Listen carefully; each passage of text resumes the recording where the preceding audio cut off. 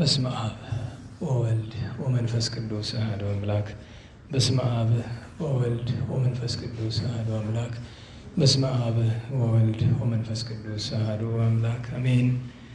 ይትባረክ እግዚአብሔር አምላክ እስራኤል አምላክ አበዊነ ቅዱሳን ዘተሳሃለነ ወገብረ መድኃኒተ ለሕዝበ ዚአሁ።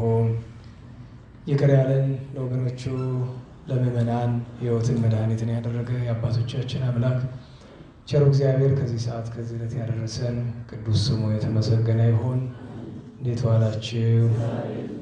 እንዴት ሰነበታችሁ? ቸርነቱ፣ ምሕረቱ፣ ይቅርታው፣ በጎነቱ የባሕርይ ገንዘብ የሆነ አምላካችን መድኃኔ ዓለም ኢየሱስ ክርስቶስ ለፈጣሪነቱ እንደሚገባ ቅዱስ ስሙ የተመሰገነ ይሁን። በቤታችን ወላዲተ አምላክ ቅዱስ መስቀሉ ቅዱስ ቤተ ክርስቲያኑ ያከበራቸው ቅዱሳን ሁሉ ስማቸው የከበረ የተመሰገነ ይሁን። የተመሰገነ ይሁን። ትንቢተ ኢሳይያስ ምዕራፍ 58 ቁጥር 1። የቅዱስ ኢሳይያስ ትንቢት ምዕራፍ 58 ቁጥር 1። በኃይልህ ጩህ፣ አትቆጥብ፣ ድምፅህን እንደ መለከት አንሳ። ለሕዝቤ መተላለፋቸውን ለያዕቆብ ቤትም ኃጢአታቸውን ንገር። ነገር ግን ዕለት ዕለት ይሹኛል፣ መንገዴንም ያውቁ ዘንድ ይወዳሉ። ጽድቅን እንዳደረጉ የአምላካቸውንም ፍርድ እንዳልተው ሕዝብ እውነተኛውን ፍርድ ይለምኑኛል፣ ወደ እግዚአብሔርም ለመቅረብ ይወዳሉ። ስለምን ጾም አንተም አልተመለከትከንም? ሰውነታችንንስ ስለምን አዋረድን አንተም አላወቅህም? ይላሉ። እነሆ በጾማችሁ ቀን ፈቃዳችሁን ታደርጋላችሁ፣ ሠራተኞቻችሁን ሁሉ ታስጨንቃላችሁ። እነሆ ለጥልና ለክርክር ትጾማላችሁ፣ በግፍ ጡጫም ትማታላችሁ። ድምፃችሁንም ወደ ላይ ታሰሙ ዘንድ ዛሬ እንደምትጾሙት አትጾሙም። እኔ የመረጥኩት ጾም ይህ ነውን? ሰውስ ነፍሱን የሚያዋርደው እንደዚህ ባለ ቀን ነውን?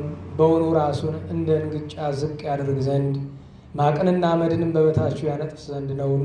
በውኑ ይህንን ጾም በእግዚአብሔርም ዘንድ የተወደደ ቀን ትለዋለህን? እኔስ የመረጥኩት ጾም ይህ አይደለምን? የበደልን እስራት ትፈቱ ዘንድ፣ የቀንበርንስ ጠፍር ትለቁ ዘንድ፣ የተገፉትንስ አርነት ትሰዱ ዘንድ፣ ቀንበሩንስ ሁሉ ትሰብሩ ዘንድ አይደለምን?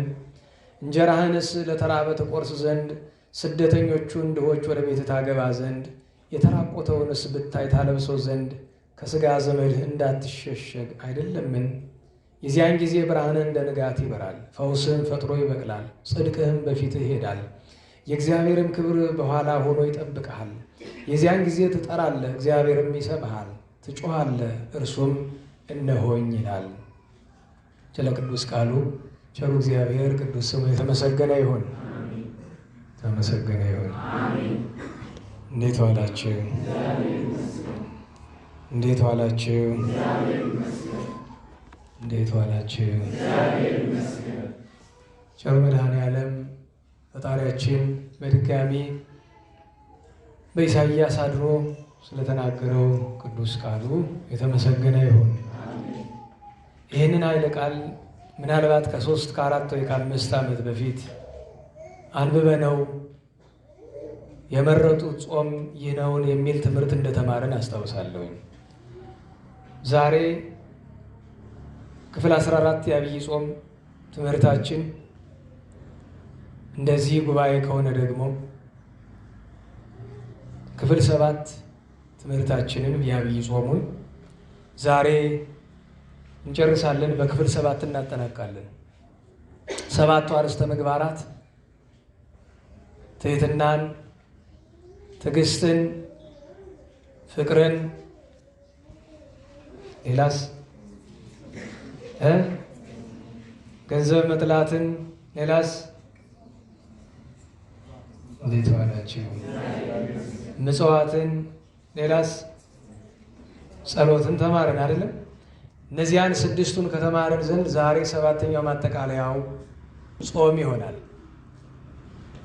እነዚያን 6 ስራዎች እየሰራን የዛሬውን 7ኛውን ስራ የያዝነው እንደሆነ በእግዚአብሔር ዘንድ ጾማችን በምድር በረከትን፣ በሰማይ ርስትን፣ መንግሥተ ሰማያትን ያሰጠናል። ስለዚህ ነገር ዛሬ ስለ ጾም ጥቂት ኃይለ ቃል እናወሳለን እግዚአብሔር እንደወደደ መጠን። ዛሬ ዐቢይ ጾም የመጨረሻ ጉባኤያችን ነው። ለዚህ ጉባኤ አንድ ጉባኤ ከዚያኛው ይኖረናል። እዚህ ግን ዛሬ መጨረሻችን ነው። የሚቀጥለው ሳምንት ሰሙነ ሕማማት ስለሆነ ጉባኤ አይኖረንም። ስለዚህ አንድ ክርስቲያን በሚጾምበት ጊዜ ትሕትና፣ ገንዘብን መውደድ መተው፣ ትዕግስት፣ ፍቅር፣ ጸሎት፣ ምጽዋት ያስፈልጉታል። እነዚህን አቅሙ በቻለው መጠን እያደረገ ግን በቂ አይሆንም። ስድስቱ ቢሟላም ጾም ራሱን የቻለ ምግባር ነውና ራሱን የቻለ ርዕሰ ምግባራት ነውና አሰራር አለው፣ አካሄድ አለው።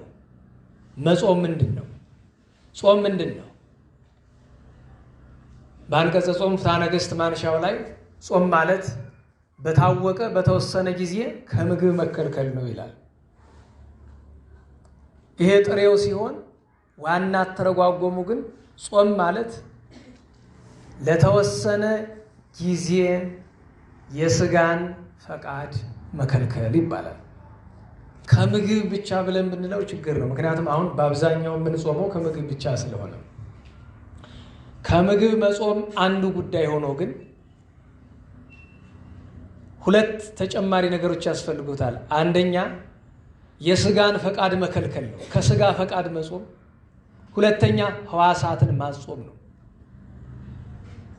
እነዚህን ስናደርግ ጾምን እንባላለን።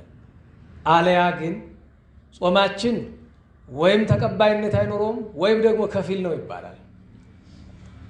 የጾም ከፊል አለው ወይ ትለኝ እንደሆነ ሲያቅት ደህና ዋላችሁ። የጾም ግማሽ የለውም። ግማሽ ከፊል የሚባለው ምን ሲሆን ነው? ሰው አልችል ሲል። ከንቱ የሚባለው ግዴለሽ ነው የሚጾም ሰው ጾሙ ከንቱ ነው። ቸልተኛ ሆኖ እስከ 6 እስከ 9 እስከ 11 መቆየቱ ብቻውን ችግር የለውም ይበቃኛል፣ ሌላ አያስፈልገኝም ብሎ ለሌላው ነገር ትኩረት ሳይሰጥ ቸልተኛ ከሆነ የእሱ ጾሙ ከንቱ ነው፣ ነቢዩ እንደተናገረው። ስለዚህ ጿሚዎችን በሶስት ክፍል ልናያቸው እንችላለን። አንደኛ እንደ ትእዛዙ እንደ ሕጉ የሚጦሙ ፈቃዳቸውን ገተው ሕዋሳቶቻቸውን ከጨጓራቸው ከሆዳቸው ጋር አብረው የሚያስጾሙ እነዚህ እንደ ሕጉ የሚጾሙ ይባላል። ሁለተኞቹ እንደ ሕጉ ለመጦም ሲሹ የማይቻላቸው ጦማቸው በከፊል ተቀባይነት ያለው። ከፊል የሚባለው ነገር ለእኛ እንድንረዳው ነው እንጂ ከፊል የሚባል አማርኛ የለንም ቤተክርስቲያናችን። ከፊል ማለታችን ምንድን ነው? እግዚአብሔር እንደ ቅዱሳን አድርጎ ጾማቸው እንዳይቀበለው እንደ ቅዱሳን ያለ ጦም አይደለም። እንዳይተወው ደግሞ የፍላጎት እጥረት አይደለም። የምን ማጠር ነው? የአቅም የችሎታ ማጠር። ፍላጎቱ አለ፣ ሙከራው አለ። ነገር ግን አልሳካ ይላል። ለምሳሌ አንዳንድ ሰው ይመጣና እስከ 11 መቆየት ፈለግኩ ጨጓራ ያላስችለኝ አለ። ወይ ደግሞ የምሰራው ስራ በጣም ጉልበት የሚጠይቅ ሆነና ስራ ላይ እየደከመኝ ተቸገርኩ ይላል። ይሄ ሰው ማድረግ አስቧል። መፍትሄውን የሚሰጠው የነፍስ አባት ነው፣ እኔ አይደለሁም። ካህናት ናቸው፣ መምህራን ሊቃውንት ናቸው መፍትሄ የሚሰጡት። ግን ይሄ ሰው እንዲህ ብሎ ሲጠይቅ አስቧል፣ ተጨንቋል። የመጻሕፍትን ትእዛዝ ለመፈጸም ፍላጎት አለው። ነገር ግን ይሳነዋል፣ ያቅተዋል። የሚሳነው የሚያቅተው ለምንድን ነው ቢሉ የጨጓራ ስራ አይደለም፣ እሱ እንዳንችል አያደርገንም። የችሎታው ማጠር ምክንያቱ ምንድን ነው? የክርስትናው ደረጃ ገና መሆኑ፣ በእርሱ ያለች መንፈሳዊት ኃይል ደካማ መሆኗ ነው። በጥቅል አማርኛ ደካማ መሆኑ ነው እንዳይችል የሚያደርገው። ደግሞ ባለትዳር ይመጣና በጾም ጊዜ ፈቃድ ያስቸግረኛል እና እየደጋገምኩ በትዳሬ ውስጥ ወድቃለሁ ይላል። እየመጣ ይናዘዛል፣ ያዝናል፣ ይጸልያል፣ ያለቅሳል። ነገር ግን ከመውደቅ አይተርፍም። ለምን?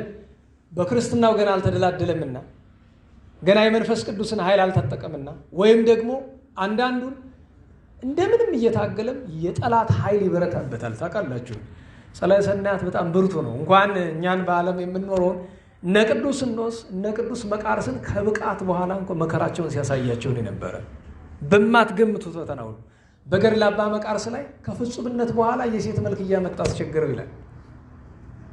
ሲጨንቀው ወደ አባ እንጦንስ ሄደ። ቢታገለው አላሸንፈዋል። ስለዚህ ሁለተኞቹ ምንድን ናቸው? ፍላጎቱ አለ፣ ጥረቱ አለ። ምንድን የሌለው? ችሎታው። እነዚህ ሁለት። ሶስተኞቹ አብዛኞቻችን ይመስለኛል እዚህ ያላችሁትን ሊመለከትም ላይመለከትም ይችላል። አብዛኞቻችን የምንጾመው በግድ የለሽነት ነው። ጾም ምንድን ነው? ለምንድን ነው የምጾመው? መጾምስ ያለብኝ እንዴት ነው? እግዚአብሔር የሚወደው ጾም እንደምን ያለ ነው ብሎ የሚያስብና የሚጠይቅ ጥቂት ሰው ነው ያለ። በዚህ ምክንያት እግዚአብሔር በልዑለ ቃል በደገኛ ነቢይ በቅዱስ ኢሳይያስ አድሮ ቅድም የሰማችሁትን ዘለፋ በእኛ ላይ ይናገራል። ኢሳይያስ ይህን የተናገረ በዘመኑ ለነበሩት እስራኤላውያን ብቻ አይደለም። በኢየሩሳሌም ለነበሩት 2 ነገድ፣ በሰማርያ ለነበሩት 10 ነገድ ብቻ አይደለም። ጌታ ለፍርድ ዳግመኛ እስከሚመጣ ድረስ እግዚአብሔር እንደሚወደው የማይጾም ሰው ምሳሌ ልስጣችሁ። ጾምን፣ ጸሎትን ምሳሌ እናደርጋቸው ከምጽዋት ጋር። ለምሳሌ ምጽዋት ለተራበ ማብላት ነው አይደል?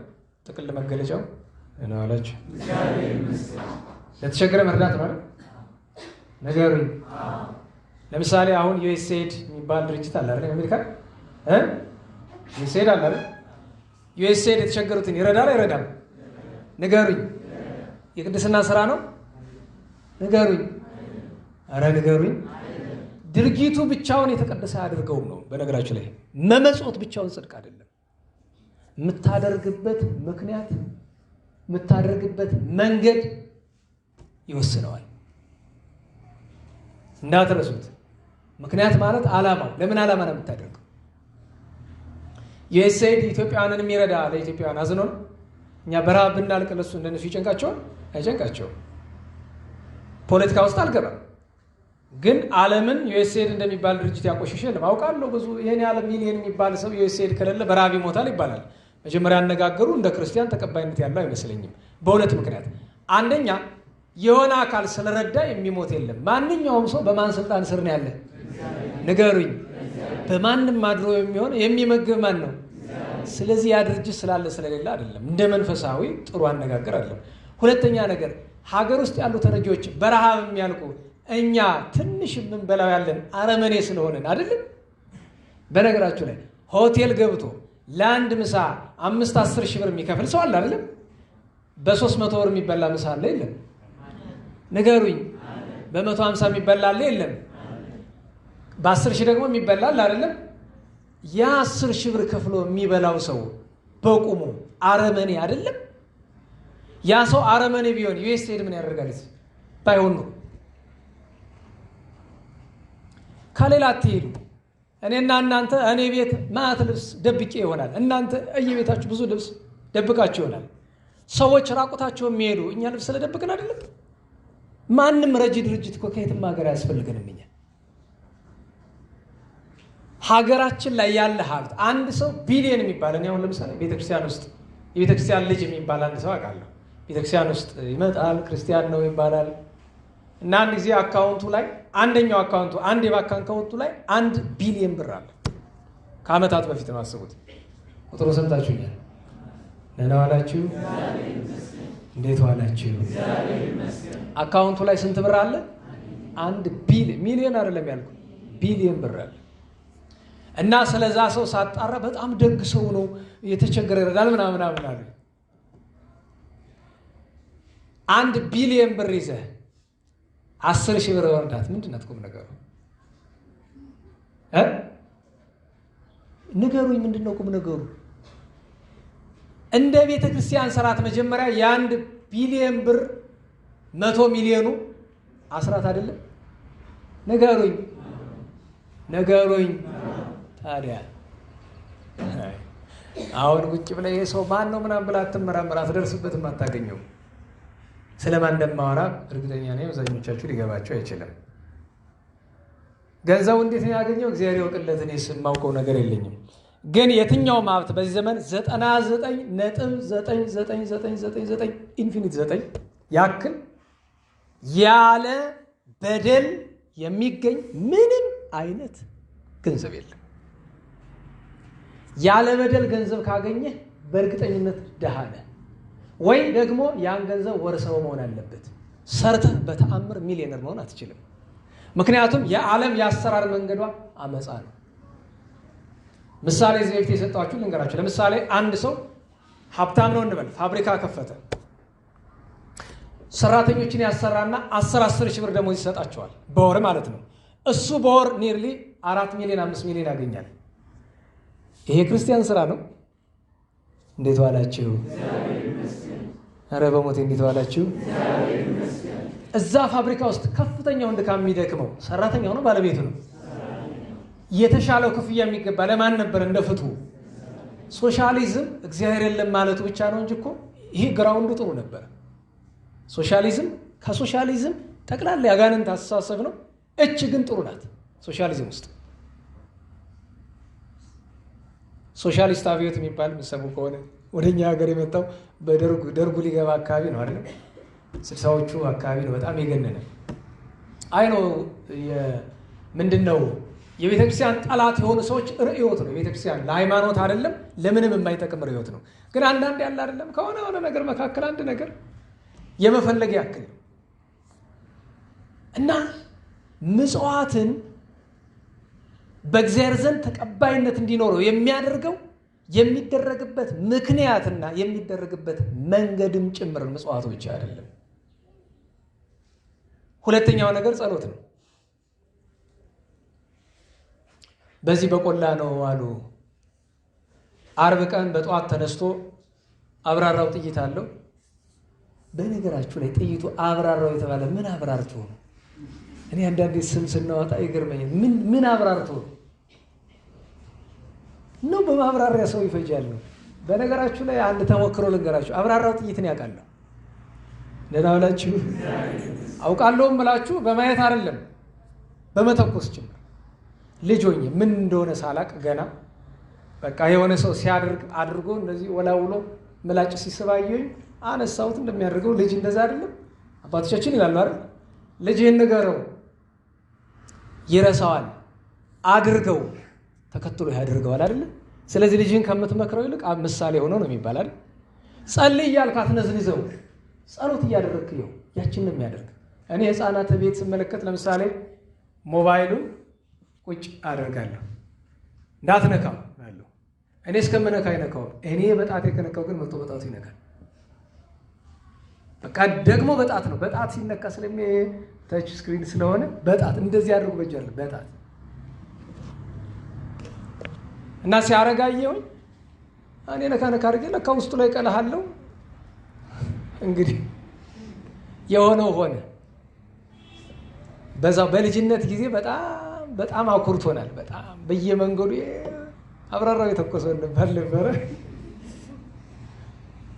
በአጋጣሚ ነው እኮ ዝም ብሎ እንዳደጋ ነው። እግዚአብሔር ይመስገን መቼም ሰው ሳይሞት ቀረ። እኔም ተረፍኩ፣ በዙሪያ የነበሩ ሰዎችም ተረፉ። እመቤታችን ብዙ አትርቅምና ሁል ጊዜ ቸር ናትና መቼም ጠባቂ መልአክ ቸር ነው። አተረፈን ነው ሁላችን።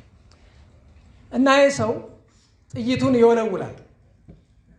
ጥይቱን የሚወለውልበት ምክንያት ደመኛ ሰው ስለነበረው እሱን ለመግደል ቀጠሮ ይዟል ለራሱ። ከዛ ሊወጣ ሲል ሚስቱ ተከትላ ኧረ እባክህ ባይሆን አፍህን ሽረህ ሂድ ትለዋለች። እንግዲህ ዕለቱ አርብ ነው። እንዴት ዋላችሁ? ዕለቱ ምንድን ነው?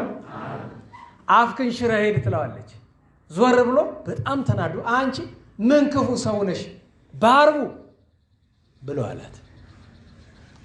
ይሄ ሰው ጦመኛ ነው አይደለም? ንገሩኝ። ለራሱ ነው። እንደ እውነቱ ጦመኛ ነው? ነፍሰ ገዳይ ምን ጦም አለው?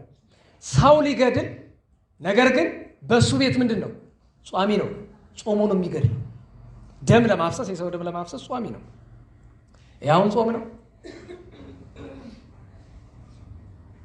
የጾምን ምሳሌ ጨምረኝ ካላችሁ ለምሳሌ ኢንዲያ ሄዱ። ህንድ ውስጥ ሂንዱይዝም የሚባል እምነት አለ አይደለም? በሂንዱይዝም እምነት በጣም ለተከታታይ ቀናት ምግብ አለመመገብ እንደ ትልቅ ነገር ነው የሚታይ። ዜና ሰምታችሁ ከሆነ አንዲት የስንት ዓመት 11 12 ዓመት ይሆናል ሕፃኗ 12 ቀን ያለ ምግብ የሃይማኖቱን ሕግ ስለተረዳች ጾመች። ኋላ አስከሬኗን የተገኘ ሞታ ማለት ነው። የዚህ ምክንያቱ እንደነ ማህተመ ጋንዲ ያሉ ሰዎች ሁሉ ማህተመ ጋንዲ አንዳንዴ በ12 ቀን በ13 ቀን ነው የሚመገብ። በዚህ ልምምድ ምክንያት ባለፈው አልሰማችሁም? ህንድ ውስጥ ለ66 ዓመት ምንም ምግብ ያልቀመሰ ሰው ነበር አይደል?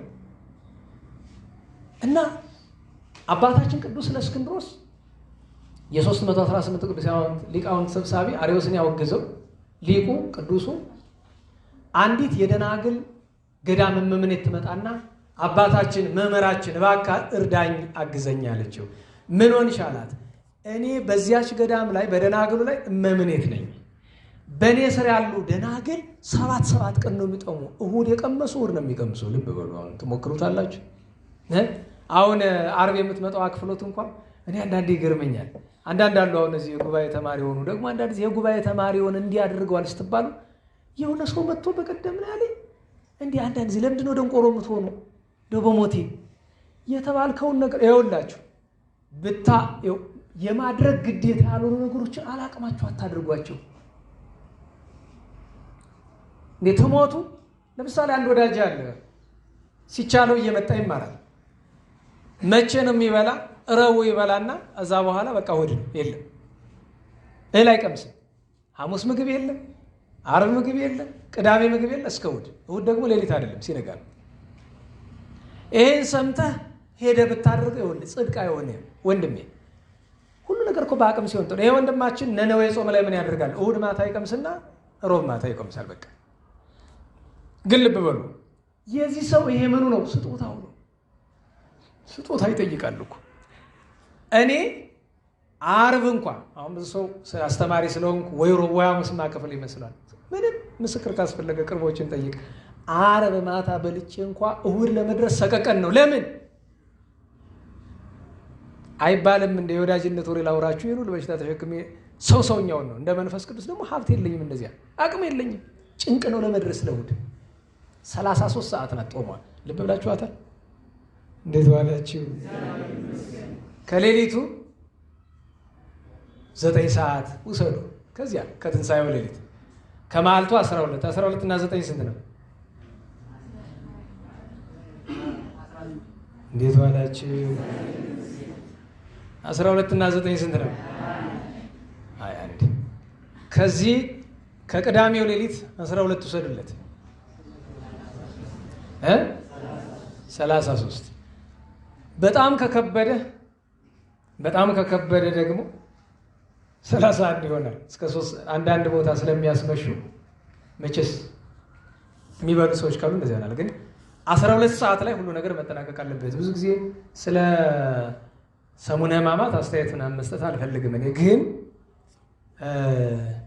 ቀለሙ አላልቅልን ተብሎ በመጀመሪያ ደረጃ ቀለሙ ሲሰራ ተመጥኖ የተሰራ በኋላ በጣም ብዙ ምንባባት ተጨምረውበታል እና እነዚያን ምንባባት ለማዳረስ የ24 ሰዓት ምንባብ ስለሆነ ዓርብ ሌሊቱን በሙሉ ሲነበብ ማደር አለበት።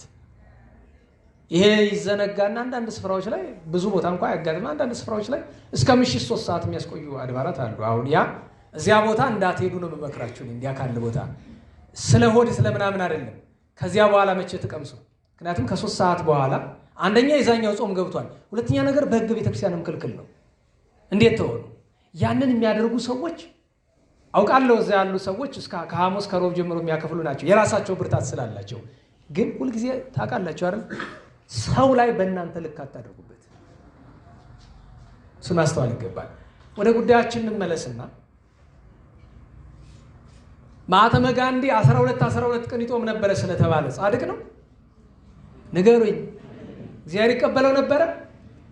ጾም የሚደረግበት ዓላማ አሁን ጸሎትም ይሆን ጾምም ይሆን ስግደትም ይሆን ምጽዋትም ይሆን የሚደረግበት ዓላማ። በነገራችሁ ላይ ስግደት ስለደከመን ነው በረከት የምናገኘው። ለምሳሌ አንድ ሰው ጂም ቤት ሂዶ ቁጭ ብድግ ይሰራል አይደል? ፑሻፕ ይሰራል፣ ፑላፕ ይሰራል። በጣም ይደክማል አይደል? ጽድቅ ነው? ምን ነው ዝም አላችሁ? ኧረ አይሰማኝም። ንገሩኝ። ድካሙ አይደለም ሄደ ዝም ብለህ ስቴዲየም ላይ ጉንብስ ቀና ብለህ ሰግደህ ልትመጣ ትችላለህ። ስግደት የሚደረግለት ዓላማና የሚደረግበት መንገድ አለ። ጾም፣ ጸሎት፣ ምጽዋት፣ ሁሉም ስራ የሚደረግበት ዓላማ አለ። ዓላማው ከእግዚአብሔር ጋር መኖር ነው። አደራረጉ ቤተክርስቲያን በሥርዓት መጻሕፍት በሐዋርያት ሲኖዶስም በፍትሐ ነገሥትም በሌሎች የሥርዓት መጻሕፍትም እንደተጻፈው ነው።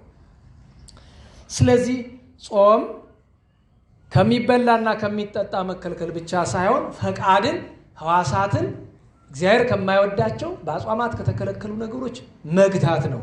አቅም እስከተቻለ ድረስ አቅም ሲያጥር ወደ እግዚአብሔር ማመልከት፣ መጸለይ፣ ማዘን፣ ማልቀስ፣ ከካህን መምከር፣ መነጋገር ነው። ማጠቃለያውም በኋላ እመጣበታለሁ። ነገረ ቅዱሳንን እናምጣ። በነገራችን ላይ ትንሽ የሙቀት ስሜት አሁን መጣ መሰል አይደለም፣ ግን መሰንበቻችን ግን ቸሩ መድኃኔዓለም ይክበር ይመስገንና ትንሽ ቅዝቅዝ አልን አይደለም። እኔ ቸርነቱን አደነቅኩት።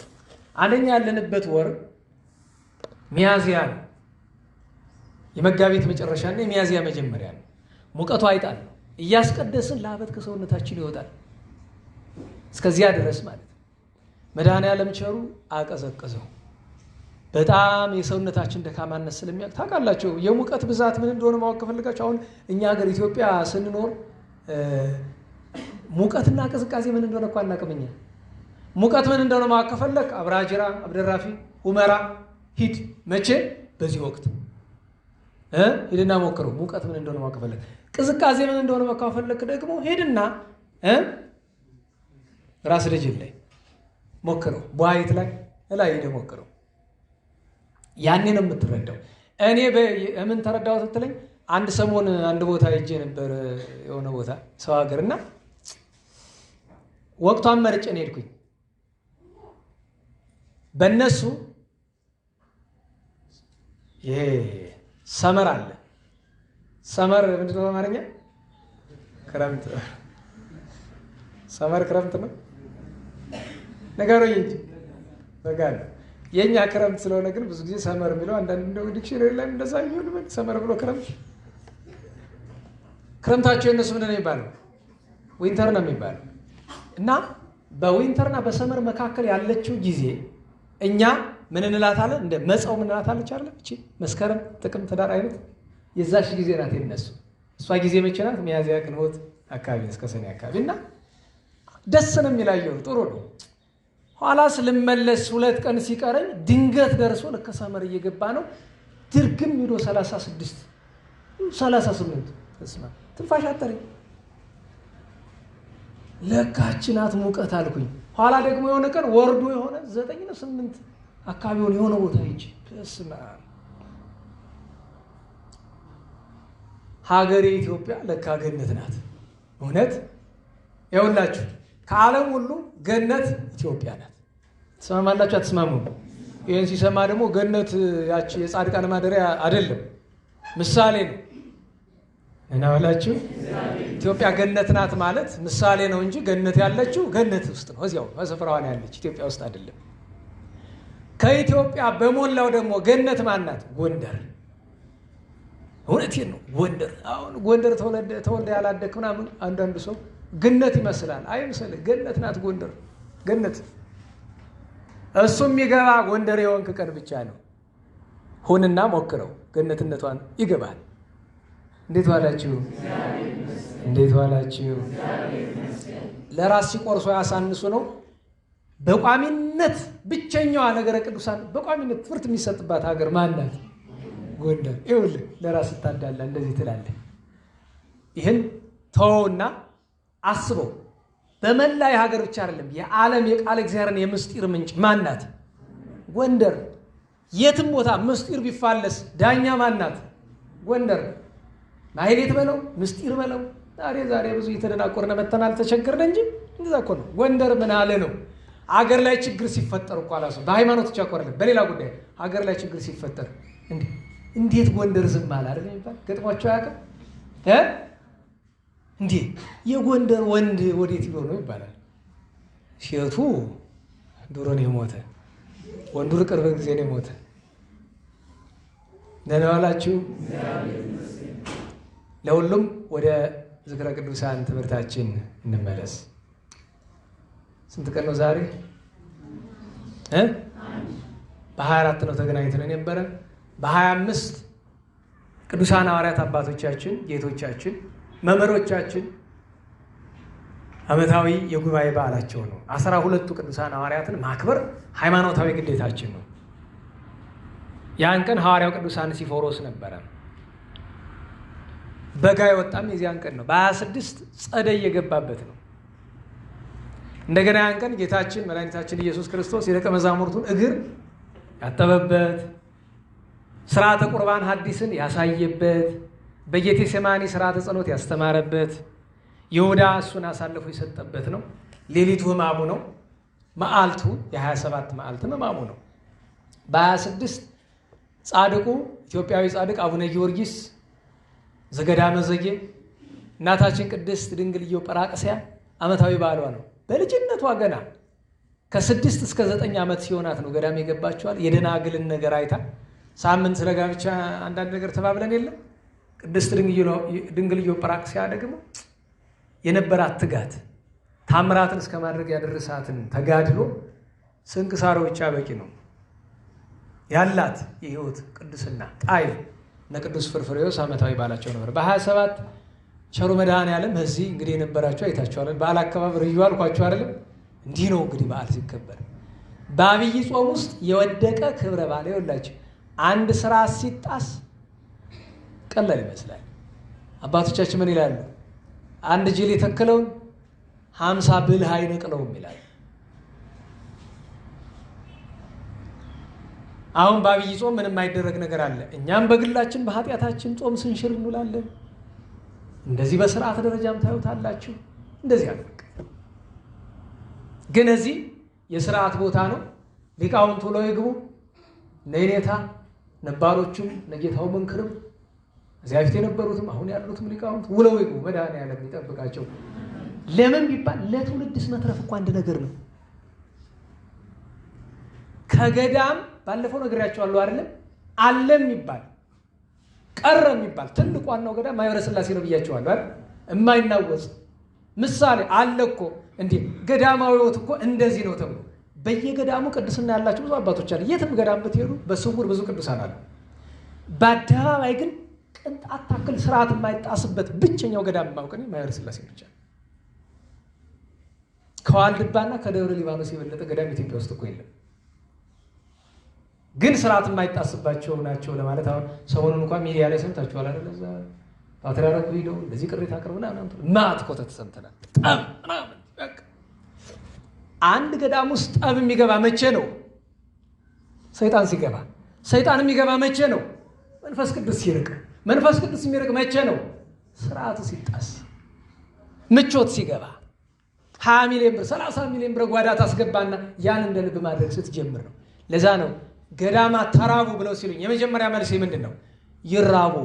ሊራቡ አይደል የምንለው? ደህና ዋላችሁ? እንዴት ዋላችሁ? ይህ ዓመት ከጠባ ከ160 ላላነሱ ገዳማት ማህበራችን በእግዚአብሔር ቸርነት ቀለብ ሰፍሯል። ይህንን ብዬ ስል በገዳማት መጨከን ምናምን ሊለኛ አይልም ሰው። ውድድር አያስፈልግም እንጂ ዓመቱ ከገባ ወይም ባለፉት ጥቂት ዓመታት የእኛ ስራ ቢሆን የእግዚአብሔር ባይሆን የኔ ስራ ቢሆን ኖሮ ለውድድር አትወዳደሩንም ነበረ ማንም ሰው ቢሆን። ግን የእግዚአብሔር ነው የእኛ ስራ አይደለምና ምን ያስመካል? ምን ያወዳድራል? ግን የመጀመሪያው ጥያቄ አንዳንድ ገዳማት ያላችሁ ለምሳሌ በዚህ በበለሳ በምናምን አካባቢ ድንቁር ያደረገን አንድ ገዳም አለ አይደል? ምንድን ነው የሚባል? ሙታንሳ ነው የሚባል። ድንቁር ያደረገን እነሱ ይልቅ የሞተ ልባቸውን ቢያስነሱት ምን አለ? አስቡት። ሀገር በረሃብ እየተቀጣ የሚሊዮን ብር ፕሮጀክት 10 ምናምን ሚሊዮን ብር አውጥተን ህንፃ ሰርተናል ምናምን ሰርተናል። እንደውም አንደኛው ልጅ መጥቶ ከዛ ከኮሚቴዎቹ የዝክረ ቅዱሳን ልጆችን ይዛቸው ለምን አንሄድም ወደ ገዳሙ አለኝ። እኔ አደፋፈሩ ራሱ ገርሞኛል። ስማኝ እንጂ ልጠይቅህ፣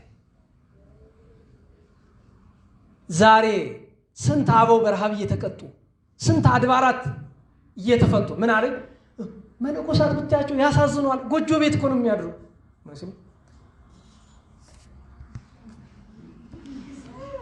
አይ ሪከርደሩን ላቁመው ብዬ ነው። ጎጆ ቤት ነው የሚያድሩ ይለኛል። እና ቪላ ቤት ይደሩ ሆቴል እናሳድራቸው? አይ ለነሱ ፎቅ ሲሚንቶ ምናምን አድርገን እንደዛ ከሰራለት በኋላ እንዴት ብሎ መነኩሴ ይሆናል? በመጀመሪያ ደረጃ መነኩሴ በነገራችሁ ላይ መጀመሪያው ነገር አንጥፎንም ይተኛል። ስርዓት ነው። መነኩሴ ምንጣፍ እንኳን ማንጠፍ ይችላል። ባዶ መሬት ላይ እኮ መተኛት ግዴታው።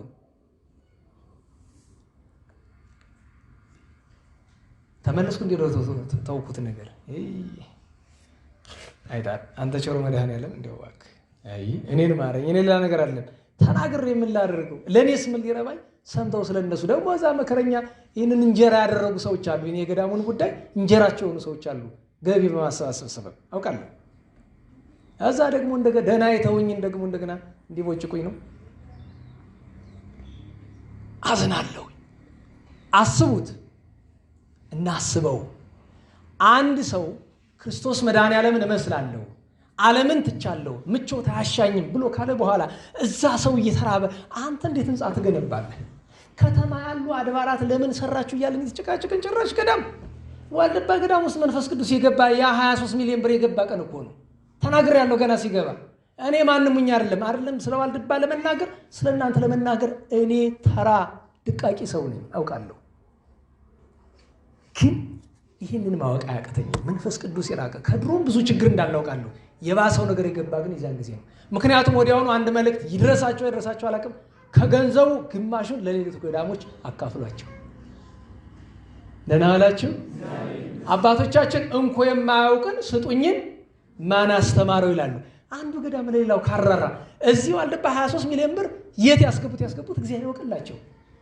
በዚህ በታች ደግሞ 10 ምናምን ሚሊዮን ብር ምናምን እያሉ ይሄ መንፈሳዊነት ነው። ነገ ጠላት መጥቶ ምን እንደሚያደርገው ብታውቅ ኖሮ ዛሬ ምንም አይነት ግንባታ ውስጥ ባልገባ ነበር። ይልቅ ነፍስህን፣ ይልቅ ልቡናህን፣ ይልቅ ሃይማኖትህን ባጸናህ ነበረ። ይልቅ የተራበውን ባጎረስክ፣ የታረዘውን ባለበስክ ነበረ። አንተ ቀርቶ በአፈር ላይ ተኝተህ ለሌላው ባበላህ ኖሮ በተሻለ ነበረ። ይህ ሃይማኖታዊ ስራ አይደለም። ይሄ ክርስቲያናዊ ስራ አይደለም። ለዛ ነው ባለፈው አሜሪካ ምናምን 100 ሚሊዮን ብር ምናምን ገዳም ተገዛ ሲባል ኧረ ተው እግዚአብሔር ያህል ኧረ ተው ግድ የለም ብዬ ልል ነበረ። ተውኩት ልላችሁ ፈልጌ ነው። ካላልኩ ይቆጠርልኝ። እውነት እግዚአብሔር መድኃኔዓለም ለእኔም ለሁላችንም ልቦና ይስጠን፣ ልቦና ይስጠን። ምኑ ነው ወደዚህ ሁሉ ኮተት ያመጣኝ? እስቲ ጎበዝ ከሆናችሁ እኔ ተው ማለት ያለብኝን የሌለብኝን ነገር ስላልኩኝ እኔ ቢጠፋኝ አያስገርም። ምንድን ነው ያመጣኝ ወደዚህ? ምን የምን ስርዓት? አዎ ተባረኩ። እናንተ ጎበዞች ናችሁ፣ ታዳምጣላችሁ ማለት ነው። እኔ ዝም የምለፈልፍ እኮ ድምፅ ማጉያው እዩት። እኔ የምለውን የሚለፈልፍ እኔም እንደዚህ አይነት ዝም የመለፍለፍ ነው። እና የበዓሉን ነገር ካያችሁ እንደዚያ ነው። የመድኃኔዓለም የቸሩን በዓል እንኳን ይቅርና በአብይ ጾም ላይ ወድቆ በማንኛውም ጊዜ ቢሆን በዝላይ አይደለም የምናከብረው፣ ከበሮ በመደብደብም አይደለም። ለምን? መድኃኒታችን የተቀበለውን መከራ ማሰብ አይገባም? ንገሩኝ። ይገባል፣ ይገባል። ማዘን ይገባል፣ ማልቀስ ይገባል። እንዲያው ከበሮ መምታቱ ግድ አስፈላጊ ነው። የቤተክርስቲያን አገልግሎት አካል ነው። ያም እንኳ ቢኖር አስቀድሞ ቢቻል እንደ አባቶች በእንባ ሕማሙን እያሰቡ መከራውን እያሰቡ ለእኛ ሲል የተቀበለውን መከራ 13ቱን ሕማማት እያሰቡ ነው። በቀደም ለዚያ ነው ጀምሬ ታውቁት አይደል? እኔ ስለ መድኃኒታችን ስለ ቸሩ አምላክ ሕማም ለመናገር ችሎታ የለኝም። ለምን? ሰውነቴ በኃጢአት የቆሸሸ ነውና አንደበቴ እንዲህ ላለው ነገር ለራሴ ለማሰብ ይጨንቀኛል እንኳን ልናገረው። የታደሉ ግን እግዚአብሔር ያደላቸው ለእነንታ ያሉ ሲናገሩት የበለጠ ይሰምራል። ቸሩ መድኃኔዓለም በሕማሙ ከሕማም በሞቱ ከዳግም ሞት ይሰውረን። ፍቅሩን ቸርነቱን ያሳደርብን። ያን ቀን ታላቁ የገዳማት መብራት ቅዱስ መቃርስ፣ ሰማዕቱ ቅዱስ ገላውዲዮስ፣ እናታችን ቅድስት መርኬዛ፣ አቡነ ዮሐንስ፣ አቡነ ፊልጶስ አቡነ ሕዝቅያስ ዓመታዊ በዓላቸው ነበር። አጭር ታላቁ መቃርስ የገዳም መብራት እስከመባል ያደረሰውን ነገር አለፍ አለፍ እያለን ስናይ ቆይተናል። የዚህ ቅዱስ ሰው ትልቅ መገለጫው ምንድን ነው ከተባለ ትህትና። ጨርሶ ፍጹም ትሁት ነበረ። እንዴት ዋላችሁ? እግዚአብሔር ይመስገን። ፍጹም ምን ነበረ? ንገሩኝ። አዎ አጋንንት የሚሞትበትን ቀን የሚናፍቁለት ለመገላገል ማለት ነው። ደክሞት አረፍ ብሎ እያለ ሞተልን እያሉ ሲጨፍሩ የነበሩ አርፎ ቅዱሳን መላእክት እየወሰዱት መቃሪሞ ይከና አሸነፍከን ሲሉት ገና ነው ይላቸዋል። አሁንም ትንሽ ልፍ ብሎ ደመና አካባቢ ሲደርስ አሸነፍከን ይሉታል፣ ገና ነው ይላቸዋል። አሁንም አንዱ ሰማይ ሲደርስ አሸነፍከን ገና ነው ያለ ኋላ ሄዶ ከጌታ ዘንድ አንድ እግሩ ሲገባ ዞር ብሎ አሸነፍኳቸው አላለም። ይትባረክ እግዚአብሔር አምላኬ ዘአድኀነኒ እምኔክሙ ከእጃችሁ ያዳነኝ እግዚአብሔር አምላኬ ምን ይሁን ክብር ይመስገን አለ። እኔ አሸነፍኩ አላለም። ፍጹም ቅዱስ ፍጹም ትሁት ሰው ስለነበረ ነው። እግዚአብሔር ትሕትናውን ያሳድርብን። ሌላኛው ቅዱስ ሰው ማር ገላውዴዎስን የኢትዮጵያ ንጉሠ ነገሥት ግራኝ አህመድ ኢትዮጵያ ሀገራችንን አጠፋ፣ ቤተክርስቲያንን አወደመ፣ ምዕመናንን ገደለ፣ አብዛኞቹንም አሰለመ። ኢትዮጵያን በሙሉ ተቆጣጠረ።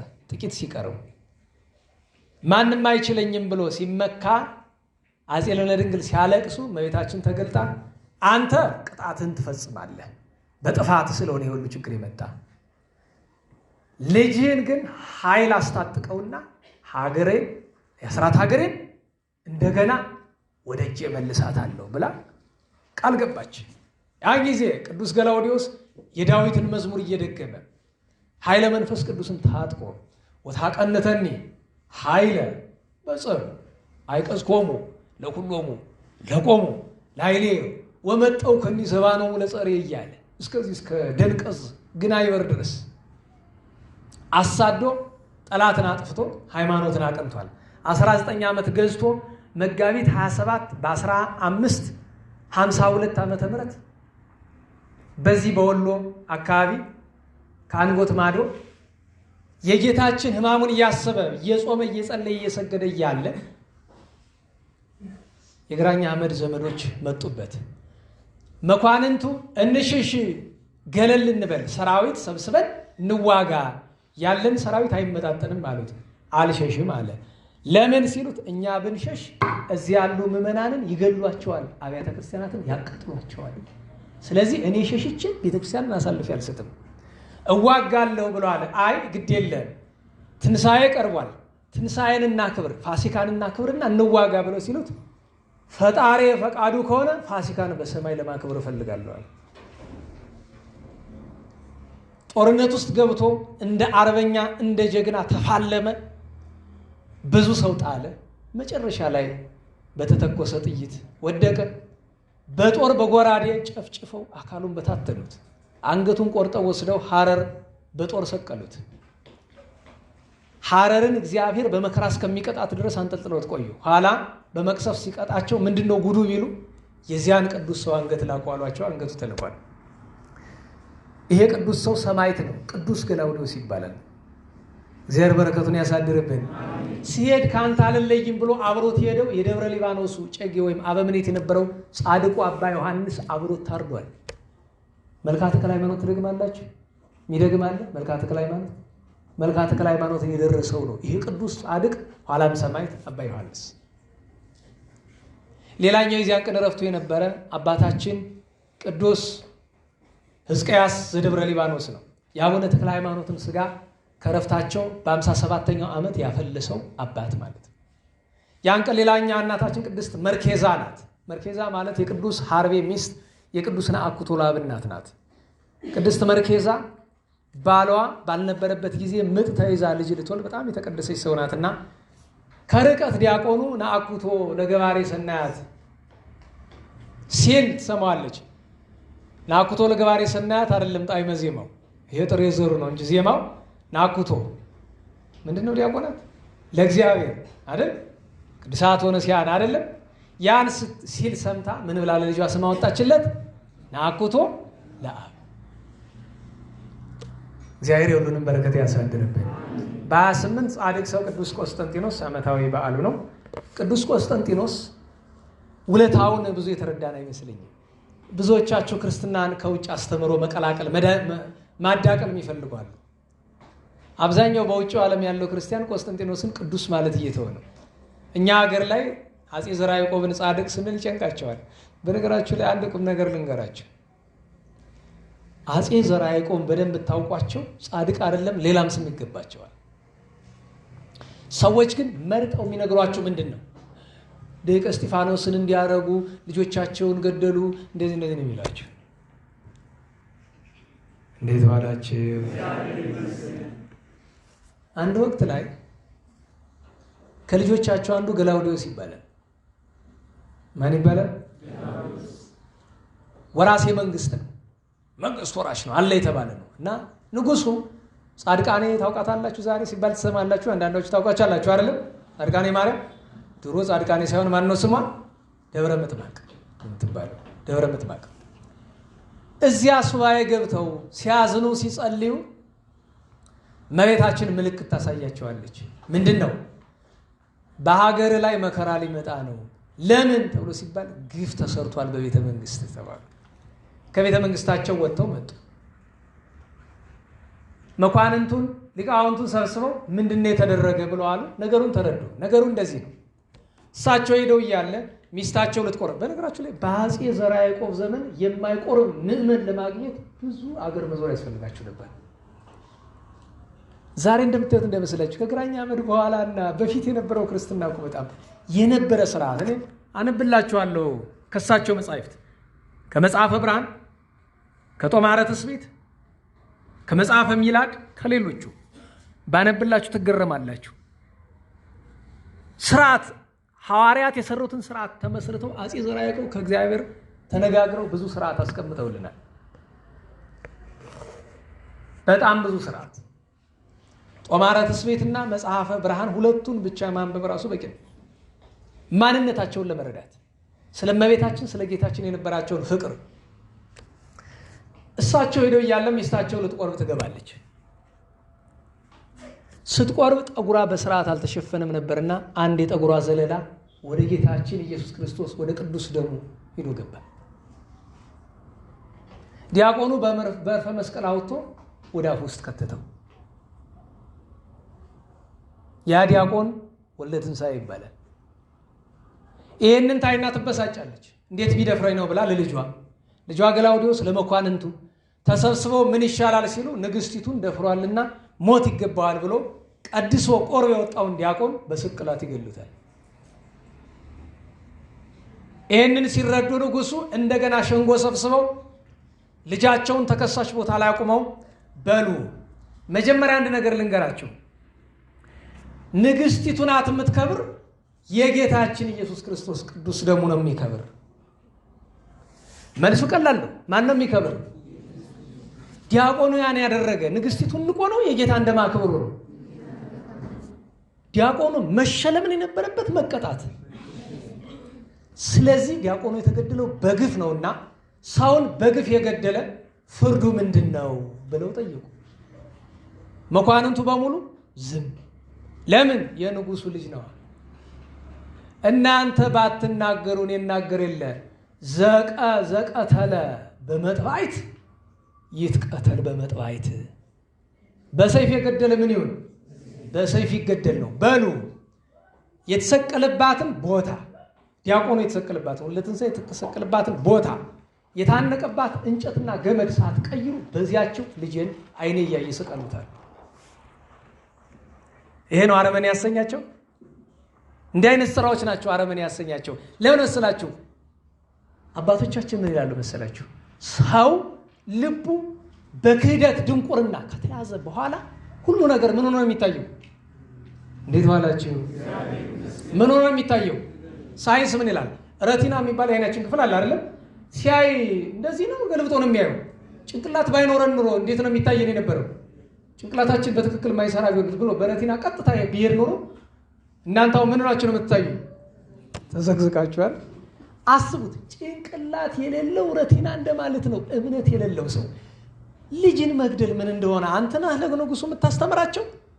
የልጅ ፍቅር አንተ ነህ የምታስተምራቸው? ጻድቅ ከመባል በላይ ናቸው። አጼ ዘርዓ ያዕቆብ ጻድቅ ከመባል በላይ ናቸው። ያላደረጉት ነገር የለም።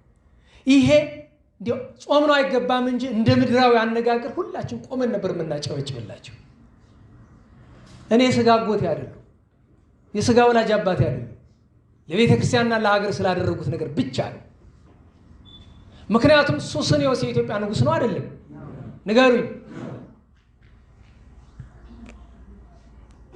ለአጥፋ ቆይ አንድ ጊዜ እና ላድላ ከተባለ ተዘምዶ አለ ተብሎ ነውር ይደበቃል? ንገሩኝ። አንድ ሰው ጠላሁት ብዬ መልካም ነገሩን እሰውርበታለሁ? ለምን ብዬ? መልካም ካደረገ መልካም አድርጓል። የፈለገ ብጠላው ብጣላው። እንዴት ዋላችሁ? እና ቅዱስ ቆስጠንጢኖስን አፄ ዘርዓ ያዕቆብን ያነሳውበት ምክንያት ስመ መንግስታቸው ማን ነው? ታምረ ማርያም አታዳምጡም ማለት ነው። ስመ መንግስታቸው ማን ነው? እናንተ የምታዳምጡት ታምረ ማርያም አትሰሙ ነው? ከቀልባቸው አታዳምጡትም? ስመ መንግስታቸው ቆስጠንጢኖስ ነው። ለምን? ቅዱስ ቆስጠንጢኖስ በዓለም ላለችው ቤተክርስቲያን ያደረገውን ለሀገራቸው የማድረግ ፍላጎት ስላላቸው ብቻ ሳይሆን ስላደረጉም ጭምር ነው።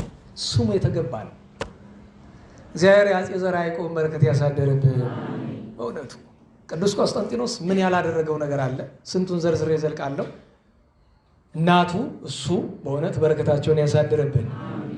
በ29 ብዙ በዓላት ነው። ጌታችን ዓለምን የፈጠረበት ሰው የሆነበት፣ እመቤታችን ጌታን የጸነሰችበት ብስራተ መልአክ፣ ቅድስት ትንሣኤውን የገለጠበት፣ ዳግመኛ እንደሚመጣ ያስተማረበት፣ ብርሃነ ዓለም ቅዱስ ጳውሎስ ወደ ሀገረ እልዋሪቆን የገባበት ነው። የጌታን በዓላት እዚያ በአጭር ስለተረክን አሁን የቅዱስ ጳውሎስን በአጭር አድርጌ ላንሳላችሁ። ብርሃነ ዓለም ቅዱስ ጳውሎስ የዓለም ብርሃን የተባለ ቅዱስ ጳውሎስ ድካሙ፣ ህመሙ መገለጫው ሁለት ኃይለ ቃል ነው። እኔ እነዚህን ሁለት ኃይለ ቃል ብቻ ተናግሬ ነው የማልፈው። ቅዳሴ ላይ ያሉ ናቸው። አንደኛ ስለ ቅዱስ ጳውሎስ ዲያቆኑ ለማንበብ ኩሉ ዘያፈቅሩ ለእግዚእነ ወአምላክነ ወመድኃኒነ ኢየሱስ ክርስቶስ ቅዱስ ጳውሎስ ነው የተናገረው። ካልተሳሳትኩ የቆሮንቶስ መልእክት መጨረሻ ላይ መሰለኝ ያለ ጌታችን መድኃኒታችን ኢየሱስ ክርስቶስን የማይወደው በሁለት ወገን ድንግል ከሆነች ከእመቤታችን መወለዱን የማያምን ሰው ሁሉ እንግዳ እስከሚሆን ምጽአቱ ድረስ ማን እንደተናገረ አስተዋሪ ነስተነስ ታያ አሉ ሰዎች እኔ ወዲህ ነው ግራ የገባኝ። ወዲህ ሄዳችሁ ነው አታስቀድሱ? ታምረ ማርያም አትሰሙ? ቅድም ታምረ ማርያም ስጠይቃችሁ ፍጥጣላችሁ። አሁን ደግሞ ቅዳሴ ዲያቆኑ ሲያነብ አትሰሙ? ጌታችን መድኃኒታችን ኢየሱስ ክርስቶስ የማይወደው የሚለውን ማን እንደተናገረ ቅዱስ ጳውሎስ እንደተናገረ የተለየ ይሆናል። እሱ እኮ ነው የተናገረ። ምንድን ነው ያለ? ጌታችን ኢየሱስ ክርስቶስን የማይወደው ሁሉ የተረገመ ይሁን ብሎ ባለቤቱ ተናግሯል። ማን? ቅዱስ ጳውሎስ። ከተነበበ በኋላ ምንድን ነው የሚለው? በዜማ የምንለው ነገር ምንድን ነው? ቅዱስ ሐዋርያ ጳውሎስ፣ እግዚአብሔር ያከበረ ሐዋርያው ቅዱስ ጳውሎስ እንላለን አይደለ? ቀጥሎ ምንድን ነው የምንለው? ሰናይ መልእክት። ሰናይ መልእክት ምን ማለት ይመስላችኋል? ባለበጎ አገልግሎት። ሁለት መልእክት የሚለው ሁለት ትርጉም አለው። አንደኛ አገልግሎቱን ይመለከታል። ሁለተኛ ጽሁፎቹን 14ቱን መልእክታት። ሰናይ መልእክት የተወደዱ፣ አገልግሎቱ የተወደደ፣ መልእክቶቹ የተወደዱ። ፈዋስ የድውያን አለ። ድውያንን ምን ያለ? የፈወሰ። ዘነሳይከ አክሊለ፣ ምንን የተቀበልክ? ሰማያዊ አክሊል። ሰአል ወጸልይ በእንቲአነ፣ ስለኛ ጸልይ አማልድ። ያድን ነፍሳተነ፣ ሰውነታችንን ያድን ዘንድ በብዛት ኃይሉ ምሕረቱ፣ በይቅርታው በቸርነቱ ብዛት፣ በእንተ ስሙ ቅዱስ፣ ልዩ ስለሆነ ስሙ ብሎ ይላል። ኋላ ደግሞ ዝውቱ ላይ የተቀባበለን የምናመሰግነው በግዕዝ ዜማ ላይ ምን ይላል? ተወ መራውት ለአቡነ ጴጥሮስ፣ ለቅዱስ ጴጥሮስ ለአባታችን ምን ተሰጠው? የመንግስተ ሰማያት መክፈቻ። ወድንግልና ለዮሐንስ ወልደ ነጎድጓድ ምን ተሰጠው? ድንግልና። ወመልእክት ለአቡነ ጳውሎስ አለ። ለጳውሎስ ምን ተሰጠው? ለአባታችን መልእክት፣ አገልግሎት፣ ምስጢር አለና እስመ ውእቱ ብርሃነ ለቤተ ክርስቲያን፣ እርሱ ለቤተ ክርስቲያን ምንዋ ነው አለ። እልዋሪቆን ሄደ። መጋቢት 27 ቀን ሊገባ ሲል የሚገርማችሁ ነገር ጠልሰም አለ ከከተማው ዳር ላይ አቃቤ ሀገር ይሉታል። አገር ጠባቂ ብሎ ጣዖት ነው እና ጋኔን አድሮበታል። እና ሰው ሲመጣ ይጮሃል። እንደምን ይመስላችኋል? እንደ አላርም ማለት ነው። በእጃችሁ እንዳለው እንደ አላርም ይላል። ምንድን ነው ሲሉ መጥተው እንግዳ መጣላችሁ ግደሉት ለማለት። እንግዳ አያስገቡም ሀገራቸው ለዋሬ ቆን ገርጋ የሚባል ባህር አለ እዚያ 3 ቀን በረሃብ ተቀጣ። መግቢያ አጥቶ ሊገባ ሲል ይሆንበታል፣ ተመልሶ ይደበቃል። በ3ኛው ቀን ግን ሊደበቅ ሲል በ29 ከባህሩ መካከል እመቤታችን ብርሃን ለብሳ ብርሃን ተጎናጽፋ ቁማ ታየችው አይደል? ጳውሎስ አለችው። ጳውሎስ በሉ እስቲ ከመዝኑ አዘዘከ አምላክከ ፈጣሪህ ኢየሱስ ክርስቶስ እንድትሸሽ ነው እንዴ አዘዘ? ፍራ ብለሃል እንዴ? ምንድን ያለ ሲያስተምር አለችው። የተፍረወሙ ለለ ይቀትሉ ስጋክሙ፣ ስጋችሁን የሚገድሉትን አትፍሩ አላለህም? አትፍራ አለችው። ግን ከልቡ ሰው ነውና ጥቂት ፍርሃት እንደነበረች ሳይች ምን አለችው? አይዞ አለሁ እኔ ካንተ ጋር አለችው። መቤቴ አንቺ ካለሽ ምን አለ ብሎ ያን ሁሉ በመቶ ሺህ የሚቆጠር ሰው አጠመቀ። ብዙ ታምራት አደረገ። ቤተክርስቲያን ሲሰራላቸው ምን አለ? ችን ቤተክርስቲያን በእመቤታችን ስም አድርጓት፣ በእሷ አማላጅነት ነው ድነት ያገኛችሁ ብሏቸዋል። እግዚአብሔር በረከቱን ያሳድርብን። በ30 ሊቀ መላእክት ቅዱስ ገብርኤል እመቤታችን ያበሰረ፣ እመቤታችን ለማብሰር የተመረጠ የመላእክት አለቃ ቅዱስ ገብርኤል ዓመታዊ በዓሉ ነው። የዚያኑ ቀን ሶምሶን አዝናለሁ። ሶምሶን ራእይታዊ አባቱ ማኖሄ እናቱም ጥቁት ይባላሉ። በብስራተ መልአክ ነው የተወለደ። ከልጅነቱ ናዝራዊ ነው። ጠጉሩ ተቆርጦ አያውቅም። አደገ። የእስራኤል መስፍን ሆነ። ጉልበቱን አስባችሁታል? እንዴት ዋላችሁ? በመገለጫ እናንሰው። መጀመሪያ አንበሳ መጣበት አይደል? አንበሳውን ሲያገኘው ልክ አንድ ወጣት ጉልበተኛ ለምሳሌ አራዳ አንድ ልጅ ነበረ ድሮ በአማሃ ዘመን ይባላል። በአማሃ ዘመን የሚባል ታውቃላችሁ? 1985 የሚያስታውሳል? ትዝ የሚለው ሰው አለ? ኦንሊስ ክለብ እስቲ እኔ ያለው አለን የተወሰነ ማለት ነው። የዚያን ጊዜ አባማሃ ኢየሱስን ይከተሉ ከነበሩ ወጣቶች አንደኛው ስሙን አልጠራም፣ ውጭ ሀገር መሰለኝ አለ። በጣም ጉልበተኛ ነው ተብሎ እናደንቀው ነበር። የጉልበቱ መገለጫ ምንድን ነው? በሬ ሲያርድ ብቻውን ነበረ የሚጥል። ይሄ እውነትም ጉልበት ነው። አንዱን ምን የመሰለ ወይፈን ገልብጦ ጥሎት ነበረ የሚያርደው ይባላል። ያው ቤተሰቡ በሬ አራጆች ስለነበሩ እና ይህ ያስደንቃል አይደል? ሶምሶን ራእይታዊ ግን ጻድቅ ሰው ቅዱስ ሶምሶን ግን አንበሳውን ሲመጣ ከመሐሳ አጠል ይላል። አሁን የፍየል ሙክትን አሁን ወንዶች ማን ናቸው ብታገኙት ያን መጣል ከባድ ነው። ታሰረውና ተገለብጠዋል። ምን አለ እሱንስ ሴቷም ትችላለች። አንበሳው እንደዚህ አድርጎ ገደለው። እንዲያውም የሚገርመው ነገር ከሞተው አንበሳ በኋላ ቢርበው ራበውና የሆነ ነገር አገኘ። ከዛ ሄዶ ፍልስጤማውያንን መጣላት ሲፈልግ እንቆቅልሽ ፍቱልኝ፣ ካልፈታችሁ ገላችኋለሁ፣ ከፈታችሁ ደግሞ እንዲህ ያለ ነገር ትወስዳላችሁ። ውርርድ ነው ነገሩ። መጀመሪያ ገላችኋለሁ፣ የልቡ ነው ባፉ አይደለም። ለምን? እስራኤልን ብዙ ስላሰቃዩ ሊበቀላቸው ነው እግዚአብሔር ይላከው እና እንቆቅልሹ ምንድን ነው የሚለው? ማፈ በላኢ መብል ወማፈ ግሩም ጥዑም በሉት እስኪ። ማፈ በላኢ መብል ተረክበ እኮ ነው ውስጡ። ወማፈ ግሩም ጥዑም ምንድን ነው? ወደ አማርኛ ስትመልሱት ከበላተኛው አፍ መብል ተገኘ፣ ከሚያስፈራው ጣፋጭ ተገኘ ነው። ከአንበሳው አፍ ውስጥ ማር አግኝቶ ተመግቦ እኮ ነው።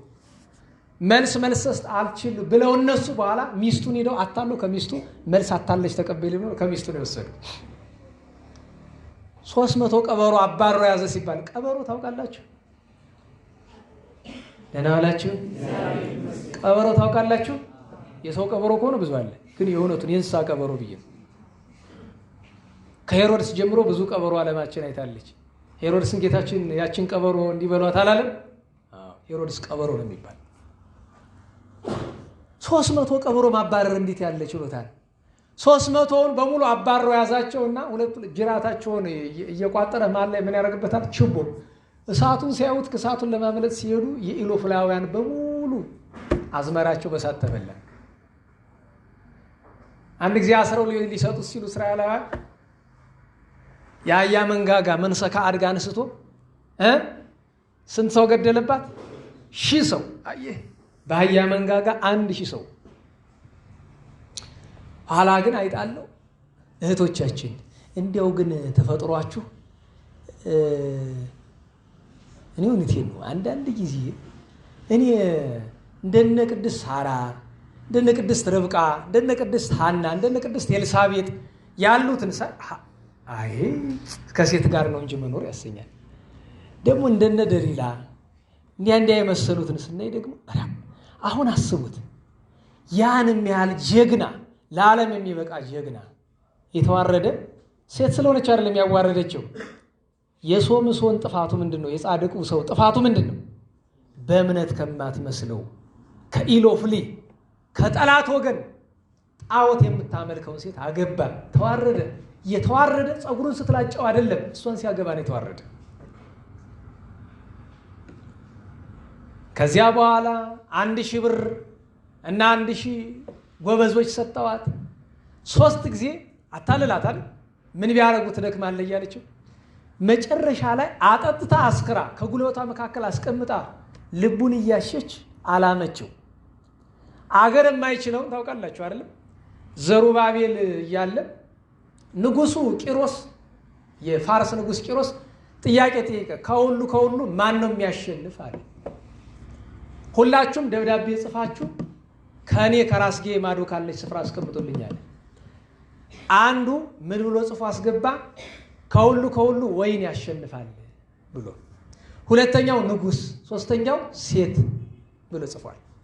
ኋላ ሲከፈት አንዱን አየው፣ ወይን ነው አለ። አይ ወይን ጠጥቶ የማይሰክር ማን አለ? ወይን የማያሸንፈው የለም ብሎ አለ። አይ ጥሩ ነው ያንተ። አንተስ ለምንድን ነው ንጉስ ያልካለ? ንጉስ ከሰማይ በታች ሁሉን በእጁ ጭብጥ በእግሩ እርግጥ አድርጎ ይገዛል። ለንጉስ የማይገዛ ማን አለ ብሎ አለ። አንተ ግን ሴት ያልክ ለምንድን ነው አለ። አይ ወይን ሴትን አያሸንፋትም። መጀመሪያ ነገር ያሸንፋታል።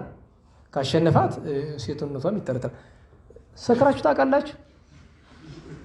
እንዴት ዋላችሁ? እንዴት ዋላችሁ?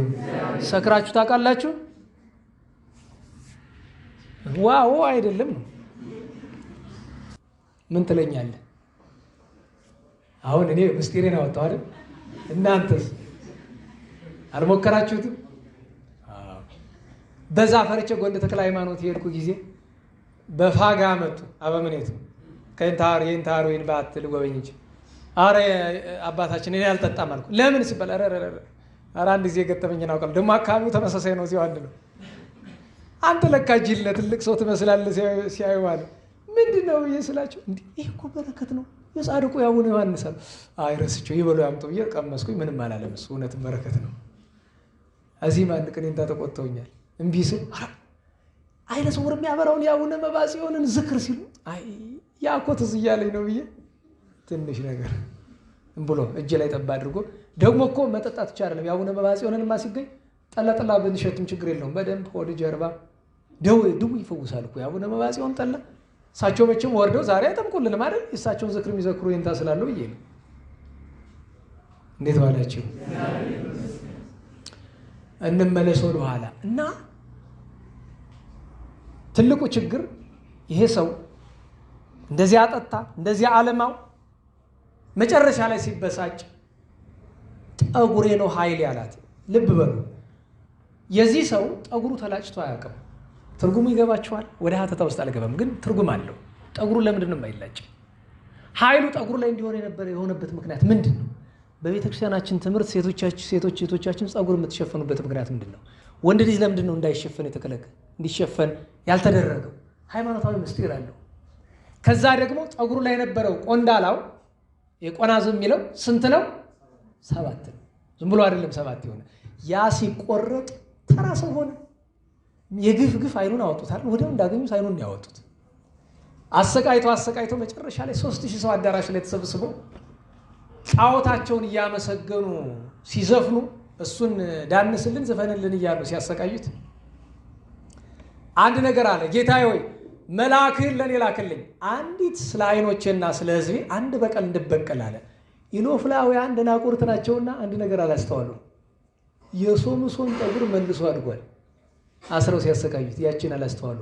የግድ እስከሚጎነጎን አይደለም ትንሽ ውስጥ በቀል አይላላት እግዚአብሔር በዛ ስለሰጠው ቅዱስ ሚካኤል መጣና ኃይል ተሰጥቷል የፈቀድከውን አድርጋለሁ። ቆሞ የሚመራውን ብላቴና አስደግፈኝ እስቲ ሁለቱን ግድግዳዎች አስነካኝ አለው። ዋኖቹ ቤቱን የተሸከሙት አዳራሹ አስነካው። ስመ እግዚአብሔር ጠርቶ ነፍሴ ከነሱ ጋር ትውጣ ብሎ አንድ ጊዜ ወደ ግራ አንድ ጊዜ ወደ ቀኝ ቢመታው ተደረመሰና 3000ን ገደለ። ይኸውም ለጌታ ምሳሌ ሆነ። ሶምሶን በሕይወቱ ከገደለው ይልቅ በሞቱ የገደለው ጌታም በሕይወት ዘመን ማለትም በስጋዊው ጊዜ ከሞቱ በፊት ብዙ ታምራት ሰርቷል፣ ብዙ ድንቅ አድርጓል። ዲያብሎስን ፈጽሞ ያሸነፈ ከዚያ በፊት የማያሸንፉ ነው ሳይሆን ምሳሌውን ለመናገር ነው። ዲያብሎስን ፈጽሞ ያሸነፈ ምርኮውን በሙሉ የበረበረ በሞቱ ነው ጌታችን እና ሶምሶን ጌታ ምሳሌ ለመባል በቃ ዘር በረከቱን ያሳደረብን ቅዱስ ያዕቆብ ግሙድ ከ42 የቆራረጡት ቅዱስ ሰው ፍልሰቱ ነው። ድርሳነ ሚካኤልን መልክአ ሚካኤልን የደረሰ እስከ ጵጵስና ማዕረግ አድርሰውት ነበረ የሚባል በአክሱም የነበረ ቅዱስና ጻድቅ አቡነ ዮሐንስ ዓመታዊ በዓሉ የዚያን ቀን ተከብሯል። በ30 ዛሬ አንድ ነው አይደለም? ሰዓቱ ስለሄደን ጨርስ። ዛሬ አንድ ነው። የቅዱስ አሮን የካህኑ አሮን ዓመታዊ በዓሉ ነው። አሮን ካህን በቤተክርስቲያናችን የብሉይ ኪዳን የመጀመሪያው ሊቀ ካህናት ቅዱስ አሮን ነው። ከዚያ በፊት ካህናት ነበሩ፣ አሁን ነበሩ።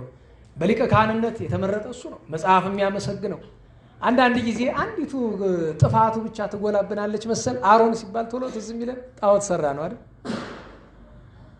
አባ ጊዮርጊስ ምን ይለዋል? ድረስብክ ኮላይ ማቀመ በደብረ ኮሬብ መካን ካህን አሮን ወምእመን ዘመሃርክምዎ ለቡሩክ አሮን መሃሮን የሥላሴ ሄራን። አሮን ጣዖት ካቆመ በኋላ ምሕረት ያደረጋችሁለት የምትምሩ ሥላሴ እኔንም ማሩኝ ብሎ ደራሲው ይለምናል። ቅዱስ አሮን ሰው ነውና ያችን አጥፍቷል። ነገር ግን ብዙ ቅድስና ተገኝቶበታል። ዛሬ የተሰበከውን ምስባክ ተመልከቱ እስኪ። ፈነወ ሙሴሃ ገብሮ ወአሮንሃ ህሩዮ መባልስ ጽሕሙ ለአሮን ምንድን ነው የሚለው? ናሁሰና የሆነ አዳም ዳዊት የምትደግሙ ዘይወርድ ዲበ ህባኔ መልበሱ ወከመ ጠል አርሞንኤም ዘይወርድ ዲበ አድባረ ጽዮን እንደሚለው ቅዱስ ዳዊት መላልሶ ያነሰዋል። የአሮን ቤተሰብ ሆይ አመስግኑት እያለ ቅዱስ ካህን ነው። ዛሬ ሌላኛው ቅዱስ አባት አባ ስልዋኖስ ናቸው። ቅዱስ ስልዋኖስ የአባ መቃርሲ ታላቁ ተማሪ ናቸው። ገዳም መስርተው በአንድ ነገር ነው የሚታወቁ አይደል? ከብዙ ቅድስናቸው ውስጥ ዜና አበው ብዙ ታሪክ አላቸው። ግን የሚያስገርመው ነገራቸው ዘወትር ያለቅሱ ነበረ። ነፍሴ ሆይ ብርሃን ማየት ምን ያደርግልሻል? ቆባቸው ወደፊት ረጅም ነው። ሆን ብለው ነው እንደዚያ ያደረጉት እና ቀን ቀን ይሸፍኑታል። ይሄ የፀሐይ ብርሃን አያዩ በሰማይ ብርሃንን አይ ዘንድ የምድር ብርሃን ምን ያደርግልኛል ብለው ያየውነበት ምክንያት እግዚአብሔር ወደ ሰማይ ወስዶ በኃጥአን ላይ የሚደረገውን ፍርድ ሲያሳያቸው በምድር ጻድቃን በጎ ሰው የሚባሉ ሰዎችን ጠላት እየወሰደ በእግዚአብሔር ፍርድ ገሃነመ እሳት ሲኦል ሲጥላቸው አይተው በጣም አዝነዋል፣ አልቅሰዋል። አንዱን ታካች ሰውም አስተምረውታል። እግዚአብሔር በረከታቸውን ያሳድርብን። የወስጦስና ባለቤቱ እነ ቅድስት መጥሮንያ ዓመታዊ በዓላቸው ነው። ነገ 2 ነው አይደለም? ቅዱስ ክርስቶፎሮስ ሰማይቱ፣ አባ ስምዖን ዘሐሊባ፣ ቅዱስ ማቱሳላ ወለ ሄኖክ፣ ቅዱስ መላልኤል ወለ ቃይናን ዓመታዊ በዓላቸው ነው። በ3 አቡነ ዮሐንስ፣ አቡነ ሚካኤል እና ቅዱስ መርቄ ዓመታዊ በዓላቸው ነው። በ4 አቡነ ይስሐቅ ሰማዕትና ጻድቅ፣ ቅድስት እናታችን ፍቅርተ ክርስቶስ ጽንሰቷ ነው። አብርሃ ወአጽብሃ ነገሥት ጻድቃን እነሱም የጽንሰታቸው መታሰቢያ ነው። ፊቅጦር ዳኬዎስ ኤርሞ የሚባሉ ቅዱሳን ሰማዕታት ዓመታዊ በዓላቸው ነው። የዚያን ቀን አዳምና ሔዋን የተፈጠሩበት ነው። በነገራችሁ ላይ ያልነገርኳችሁ ከ29 ጀምሮ እስከ 5 ድረስ በዓላት ናቸው የጌታ። በ29 ዓለምን የፈጠረበት፣ በ30 ጠፈርን፣ በ1 በዕለተ ሰሉስ የተፈጠሩትን፣ በ2 በ3 በ4 ብላችሁ በ4 አዳምና ሔዋን የተፈጠሩበት መታሰቢያ ነው። በ5 ጥንተ ሰንበት ትባላለች። ጌታችን ዋይረፈ እግዚእ ተብሎ የተነገረለት በዚህ ዕለት ነው። በ5 ነቢዩ ቅዱስ ሕዝቅኤል፣ ጻድቁ ቅዱስ ዲዮስቆሮስ እና የኢትዮጵያ ብርሃን ቅዱስ ያሬድ ልደቱ ነው። ያሬድ ካህን። በ6 ነቢየ ጽድቅ ወልበ አምላክ ቅዱስ ዳዊት ዓመታዊ የልደት በዓሉ ነው። ግን ጉባኤ የለንም፣ ምክንያቱም የሕማማት የመጀመሪያው ቀን ስለሆነ። ቅዱስ ዳዊት አባታችን ኖህ የዚያን ቀን ልደታቸው ነው። አባታችን አዳም እናታችን ሔዋን እረፍታቸው ነው። እናታችን ቅድስት ማርያም ግብፃዊት ሐዋርያው ቅዱስ ቶማስ ዓመታዊ በዓላቸው ነው። በ7 ቅዱስ አረጋዊ የእመቤታችን አባት ኢያቄም፣ በ8 ሦስቱ ደናግል አጋሊስ፣ ኢራኒና ሱስንያ፣ አባ ጢሞቴዎስ፣ በ9 ስም አጠራሩ የከበረ ቅዱስ ሐዋርያና ጻድቅ አቡነ እስትንፋሰ ክርስቶስ፣ ቅዱስ ዞሲማስ የጻድቃን ብፁዓን ሀገር ሰዎች ዓመታዊ በዓላቸው ነው። በ10 አባ ይስሐቅ ገዳማዊና አባ ገብርኤል ሊቀ ጳጳሳት፣ በ11 እናታችን ቅድስት ሐኦድራ፣ እንደዚሁም ኢትዮጵያውያን ወንድሞቻችን በሊቢያ የታረዱ 1130 ሰማዕታት፣ በ12 ከቅዱስ ሚካኤል ጋር ነቢዩ ቅዱስ ኤርምያስ፣ ባሮክና አቤሜሌክ፣ ቅዱስ ለእስክንድሮስ ሰማዕቱ ዓመታዊ በዓላቸው ነው። በ13 ከ36 ቅዱሳት አንስት አንዷ ቅድስት ዲዮኒስ ዓመታዊ በዓሏ ነው። አባ ኢያሱ፣ አባ ዮሴፍ ሰማዕታት ናቸው። በ14 ጻድቅ ሊቀ ጳጳሳት አባ መክሲሞስ፣ የዛሬ 2 ሳምንት በ15 ሰማዕቱ ቅዱስ አባ ቡላ አቡነ አቢብ፣ በተለይ ደገኛው ሐዋርያ እና ነቢይ ዮሐንስ መጥምቁ ዓመታዊ በዓሉ ነው። በ15 እናታችን ቅድስት ለእስክንድሪያ ደገኛ ሊቅ ቅዱስ ኒቆላዎስ ዘሜራ ዓመታዊ በዓላቸው ነው። እግዚአብሔር ሁላችንም የዚያ ሰዎች ይበለን። 2 ነገር ላክልና ጨርሳለሁ። አንደኛው ሰሙነ ሕማማት ላይ አጭር ነገር ልንገራችሁ። እንግዲህ ዛሬ ረቡዕ ነው። ሐሙስ፣ ዓርብ፣ ቅዳሜ ብላችሁ እሁድ ሆሳዕናን ካከበርን በኋላ የሆሳዕና መንፈቀ መዓልት ላይ ሕማማት ይጀምራል። የሕማማት ሳምንት በየዓመቱ ስለምትሰሙት ሕማማትን የቻልነውን ያክል ጾሙ እስከ ምሽት ድረስ ነው። ስግደቱ ይህን ያህል ተብሎ በቁጥር አይመጠንም። የችሎታችን ያክል ነው። በእያንዳንዱ ሰዓት ስግደት አለ። ስለዚህ በሌላው ጊዜ ከነበረው ይልቅ የተለየ ጸሎት፣ ስግደት ጨመር ያለ ያስፈልገናል። የጸሎት ጊዜያችንን የምንጨምረው የዛን ጊዜ ነው። ያን ሙሉን ሳምንት የምናስበው የጌታን መከራ ነው። ስለዚህ ራሳችንን ለዚህ አዘጋጅተን አንዳንድ ያደላቸው ገዳም ሄደው የሚያሳልፉ አሉ። በቤተክርስቲያን መቃብር ቤት ተጠልለው የሚያሳልፉ አሉ። መቃብር ቤት ስላችሁ እኛ መቃብር ቤት መደበኛ መኖሪያችን ነው፣ የሱባኤ ቦታችን አይደለም። ምን ሱባኤ እናውቃለን እኛ? ያማረንን እየበላን እግዚአብሔር የማይወደውን ነገር ስንሰራ እየዋልን እና በተቻለ ያክል መንፈሳዊ ጥንቃቄ። ሰኞ የአይሁድ የክፋት ምክር የጀመረበት ነው። ያው መርገመ በለስ ይባላል። ማክሰኞ የአይሁድ ምክር ነው፣ አሁንም ተስዕሎ ይባላል። ረቡዕ እናታችን ቅድስት ማርያም ሽቶ የቀባችበት መታሰቢያ ነው። ያን ቀን ይሁዳ አሳልፎ ሊሰጥ የተስማማበት ቀን ነው። ሐሙስ ጸሎተ ሐሙስ ነው፣ ታውቁታላችሁ ዝርዝሩን። ዓርብ የጌታ ፍጹም መከራው ነው። ዓርብን ቢቻል ሳምንቱን ባይቻል ዓርብን መቼስ መድኃኔዓለም ቸሩ ሕማሙን ሞቱን አስቦ መቼም ጌታችንን ምን ለምንበት 2 ኃይለኛ ቃላት አሉ። አንደኛ ስለ እመቤታችን ካልነው አይጨክንም። ሁለተኛ ስለ ሕማምህ ካልነው አይጨክንም። ለምን? በውኑ ለከንቱ ተሰቀልከ፣ ጌታዬ ሆይ ለከንቱ ነው ልታጠፋን ነው ስለኛ ስትል ደምን ያፈስ ብሎ ይለምናል እግዚአብሔር። አዎ በቅንዋትከ በርግዘትከ በጽፋትከ በኩራትከ ተብሎ ይለምናል። እና ያን እንድናስብ ብቻ እንዳጭር መልእክት ናት። ቸሮ መድኃኔዓለም ብርሃነ ትንሣኤውን ለማየት ያብቃል፣ በደላችንን ሳይቆጥርብን። ሁለተኛው የጾም ማጠቃለያው ምንድን ነው? ስለ ጾም የተማርነው እዚህ ላይ ጌታችን ምን አይነት ጾም እንደሚወድ ስለነገረን እሷን ብቻ ነው አንብቤላችሁ ነው መጨረስ። እኔ የመረጥኩት ጾም እንዲህ አይደለምን አለና የበደልን እስራት ትፈቱ ዘንድ ለኛ በሚሆን ቋንቋ ምን እንበለው? በደልን ኃጢአትን ከታሰርንበት የበደል ማሰሪያ በመፈታት እንዴት? በንስሐ ለካህን በመናገር። ሰው ንስሐ ሳይገባ እንዴት ያለ ጦም ነው የሚጦም? የቀንበርን ጠፍር ትለቁ ዘንድ ማለት መከራ የምትናጸናበት ሰው ካለ በዚያ ሰው ላይ በዕዳ ይሁን በብድር ይሁን በቂም ይሁን በፈለገ ነገር ይሁን ያንን ማውረድ አለና እንጀራን ለተራበ ትቆርሱ ዘንድ አለ። ሰው ምጽዋት ካልሰጠ እንደምን መጾም ይችላል? ስደተኛ ድሆችን ወደ ቤታችሁ ታስገቡ ዘንድ አለ። የተቸገሩ ሰዎችን እንግዳ አድርገን በመቀበል እንደዚህ ነው የሚጦም። ኋላ ምን አለ? የተራቆተውን ታለብሱ ዘንድ። ዛሬ ያመጣችሁ ካላችሁ እሰየው፣ ካልሆነ የሚቀጥለው ሳምንትም ቢሆን ጉባኤ ባይኖርም እንኳን በሆነው ቀን አመጣችሁ ሊሰጧችሁ ትችላላችሁ። ዋናው ትልቁ ነገር ስንጾም ሁለት ነገር እንዳንረሳ፣ የቅድሙን ነው ማስታወሳችሁ። የተማርናቸውን 6ቱን ምግባራት አብሮ በማዘከር ይሁን። ለዚህ ጾም ብቻ አይደለም ለወደፊቱ። ሁለተኛ ሐዋሳትን መከልከል። ስንት ሐዋሳት ነው ያሉን? በዋነኝነት 5 ሐዋሳት አሉን አይደለም? አይናችን በጾም ጊዜ ምንድነው ማየት ያለበት? ምንድነው ማየት የሌለበት? እስቲ ጾም ከገባ ስንት መጽሐፍ አንብበናል? ጸሎት ብቻ ሳይሆን ቅዱሳት መጽሐፍ ስንት ገድል አነበብን? ጆሮአችን ስንት ቆሻሻ ነገር፣ ስንትስ የተቀደሰ ነገር ሰማ? አፋችን ስንት ነገር ተናገረ? ስንት ነገር አስገባ? ስንት ነገር አስወጣ? አፍንጫችን ስንት ነገር አስገባ? እጃችን እግራችን ስንት ቦታ ሄደ? በአብይ ጾም ስንት ሰው ነው ያስቀደሰ? እኛ ደብረውን የሚያስቀድሱ ሰዎችን አይቻቸዋለሁ።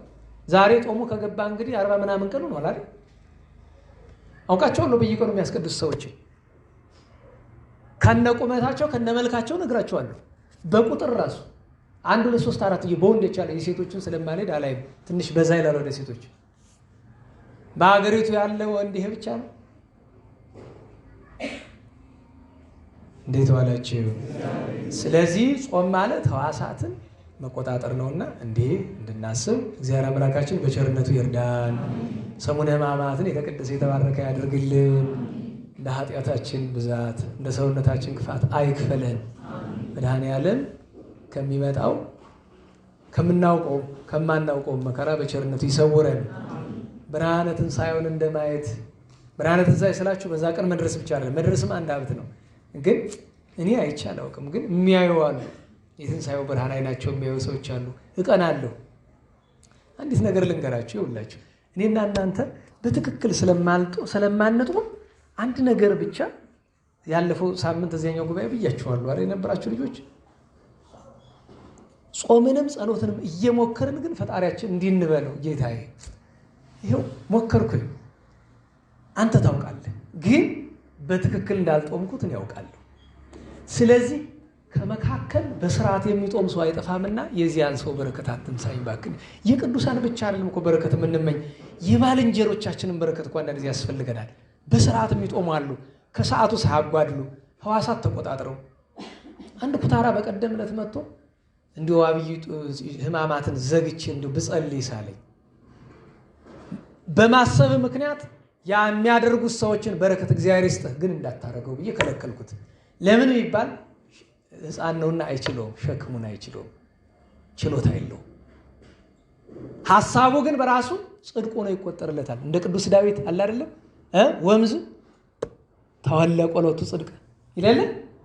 ምን ሆነ ተቆጠረለት ይላል? ጽድቅ ሆኖ ተቆጠረለት። ይቆጠራል እኮ በጎ ሐሳብና እግዚአብሔር ለዚህ ሀብት ለዚህ ረድኤት ያብቃን። ለምስጋና እንነሳ።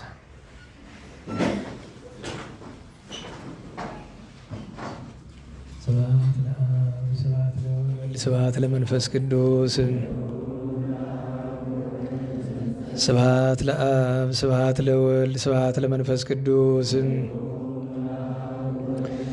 ስብሐት ለአብ ስብሐት ለወልድ ስብሐት ለመንፈስ ቅዱስ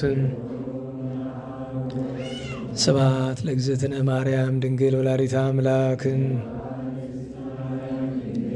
ስብሐት ለመስቀለ እግዚእነ ኢየሱስ ክርስቶስ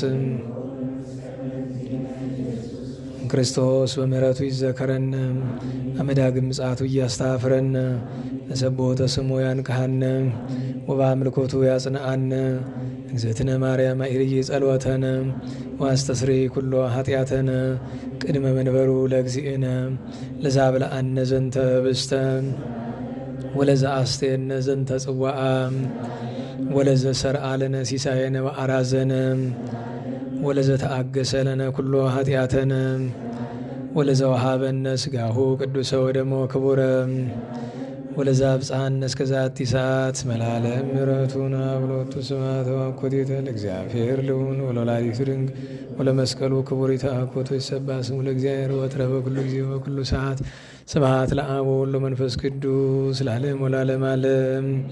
አውሎግሶን አውሎግሶን አውሎግሶን በእንተ አብ ወወልድ ወመንፈስ ቅዱስ አቀበት ለወጡ ቁልቁለት ለወረዱ ርጥብ ለተሰባቸው ደረቅ ለነደደባቸው ለረዱ ለተራዱ ለዘከሩ ላዘከሩ ስመ እግዚአብሔር ስመ ማርያም ድንግል ስመ ቅዱሳን ለጠሩ እግዚአብሔር አስበ ቅዱሳን ይሰብልን። ጸሎተ እግዝእትነ ማርያም እንበል። ሰላም ለኪ ዘንሰግድ ብለኪ ማርያም ምን አስተበቁኝ ማርያናዊ ተማይጸነብኪ በእንታና መኪው ያቄማውኪ ማይበረኔውም ድንግል ማርኪ ጸሎተ እግዝእትነ ማርያም ድንግል ወላዲተ አምላክ ታበዩኒ ሲል እግዚአብሔር ተታሰይ መንበዚ በአምላክ የመዳኒ እስመሬ መማላ አመቱናው ሚዜስ ያስተበጾኒ ኩሉ ትውልድ እስመ ገብረ ሊት ኃይለ ብያቶ ቅዱስ ስሙ ወሳይሎኒ ለትውልድ ትውልድ ለለ ይፈርቡ ግብረ ኃይለ በመዝራይቱ ዘሮሙ ለላ በዮሊና ለቦሙ ወነሰቶሙ ላየላን መናበርቲሆሙ አይቤሆሙ ለትሑታን ማዝገሙ በረከቱ ለሮባን ወፈነው ምራቆሙ ለቡላኑ ተወክፎ ለእስራኤል ቆሪው ዘክረ ሳይሎ ዚቢ ነው ለአበዊን ለአብርሃም ወለዘሩ እስከ ለዓለም ባረክነ ቀደስና ንጽህነ እግዝእትነ ፍትነ ማይሰሪው ለሰይጣን ለበደል ወለተ ብርሃን ኦ መዝገበ በረከት መዝገበ ቅዱሳት መዝገበ ንጽ መዝገበ ራእይ መዝገበ የዋሃት ባረክነ በእድየኪ በከመ ባረኪ ወለኤፍሬም ፍቁርኪ በበረከተ ወልድኪ ወአቡ መንፈስ ቅዱስ ስብሐት ለአብ ወወልድ ወመንፈስ ቅዱስ ለዓለም ወለዓለመ ዓለም። ሰላም ለአብ ዘእምቅድመ ዓለም ነጋሲ ለወልድ ሰላም ሥጋ ማርያም ለባሲ ወለመንፈስ ቅዱስ ሰላም ኃጢአት ዓለም ደምሳሲ ኃይሌ የሥላሴ ወፀወን የሥላሴ በስመ ሥላሴ ቀጠቅጥ ቀይሴ ቃሌ ሰማ እግዚኦ ወለቦ ጽራይ ዋጽማኒ ቃለ ስለቴ ተሳሊተ ዳዊት አብ አምላኬ እግነይ ከመ ከማከ በኩሉ ልብ እስመ አልቦ ኃጥእ ወይጉይ ዘከማየ ማርያም ንጽሕት ድንግል ወላዲተ አምላክ ማእመን ሰአሊተ ምሕረት ለወልደ ሰብ ሰአሊ ለነ በክርስቶስ ወልድኪ ይስረይ ኃጢአተነ ሰአሊ ለነ ቅድስት ጸሎተ ለማርያም ስለታ ያድነን እማትወልዳ ጸሎተ ለማርያም ስለታ ለሕዝበ ክርስቲያን ለነፍሳተ ሙታን ለደብረ መድኃኒት ለመንበረ መንግሥት ለቤተ ክርስቲያን ቅድስት ለሀገሪትነ ኢትዮጵያ ለአግብርታ ወለአይማታ ይኩነነ ከመ ወልታ በጸሎትሽ ወበስእለትሽ ለአቡነ ንጹሐን ለቅዱስ ኤፍሬም ለአባ ሕርያቆስ ለአባ ጊዮርጊስ ለአባ ሳሙኤል ለቅዱስ ደቅሶስ ለያሬድ ማሕሌታዊ ለአባ ኪሮስ ለአባ መባጽዮን ለአቡነ ዘርዓ ያዕቆብ ለብፁዕ ገብረ ክርስቶስ ለቅዱስ ዮሐንስ አፈወርቅ ለአባ ጽጌ ድንግል ለአባ ዮሐንስ ዘደማስቆ ለአባ ሳሙኤል ዘደብረ ቀድሞን ለቅዱስ ዮሐንስ ወልደ ነጎድጓድ ለቅዱስ ቄርሎስ አምደ ሃይማኖት ለአቡነ አቢብ ለንጹሐት አንስት ለክቡራን ሐዋርያት ለጻድቃን ወሰማዕታት ለደናግሉ መነኮሳት የተለመነች ድንግል እመቤታችን ለእኛም ትለመኝን። ጽንዕት በድንግልና ስርጉት በቅድስና እመቤታችን ጸጋውን ክብሩ እንዳይነሳን ለምኝልን። አይምሮውን ልቦውን ጥበቡን ፍቅርሽን መዓዛሽን በልቦናችን ሳይልን አሳድሪልን። ቸሮ መድኃኒታችን ኢየሱስ ክርስቶስ ጦሙን ዘመኑን ተረፉ እንዲባርክልን ወርኃ ሚያዝያን የበረከት እንዲያደርግልን ከብርሃነ ትንሣኤው በቸር እንዲያደርሰን የሞቱ ወገኖቻችን ነፍሳቸውን እንዲያጸድቅልን በግፍ የተገደሉትን ደማቸውን ደመ ሰማዕት እንዲያደርግልን በመከራ ያሉ አስቡን የሚሉን ሁሉ በቸርነቱ እንዲያስብልን ሀገራችንን ቤተ ክርስቲያንን ከክፉ ሁሉ እንዲሰውርልን ከታዘዘ መቅሰፍት ከነደደ እሳት ከዕለተ ቂት ከዘመነ መንሱት እንዲሰውረን የእመቤታችን ጣዕሟን ፍቅሯን የንጹሐንን በረከት እንዲያሳድርብን ሰላም የዋለን ቸሩ መድኃኔዓለም ተረፈ መዓልትን ባርኮ ሰላም እንዲያሳድረን ቅዱስ ስሙን እንደ ቸርነት ብለን እንጥራ።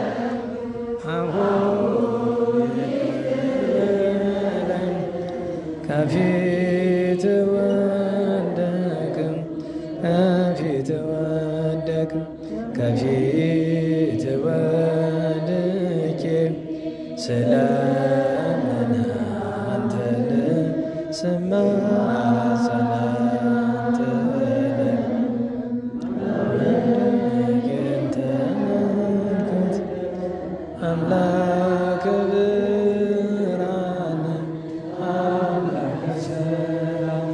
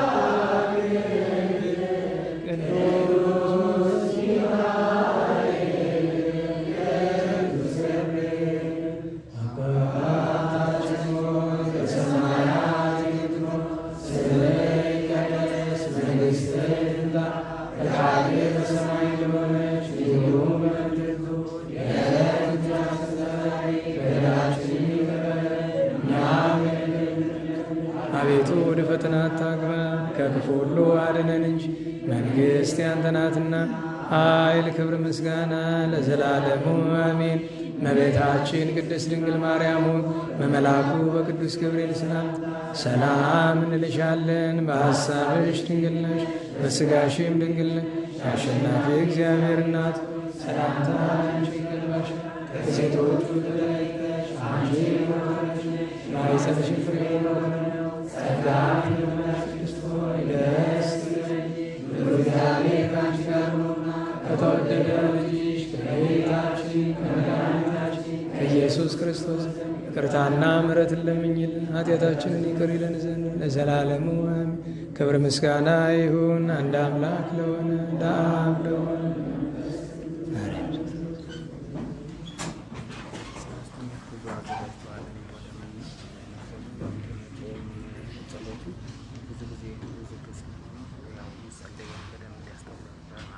ስለነበረን ጊዜ ቅዱስ አምላካችን እግዚአብሔር ስሙ የተመሰገነ ይሁን፣ የተመሰገነ ይሁን።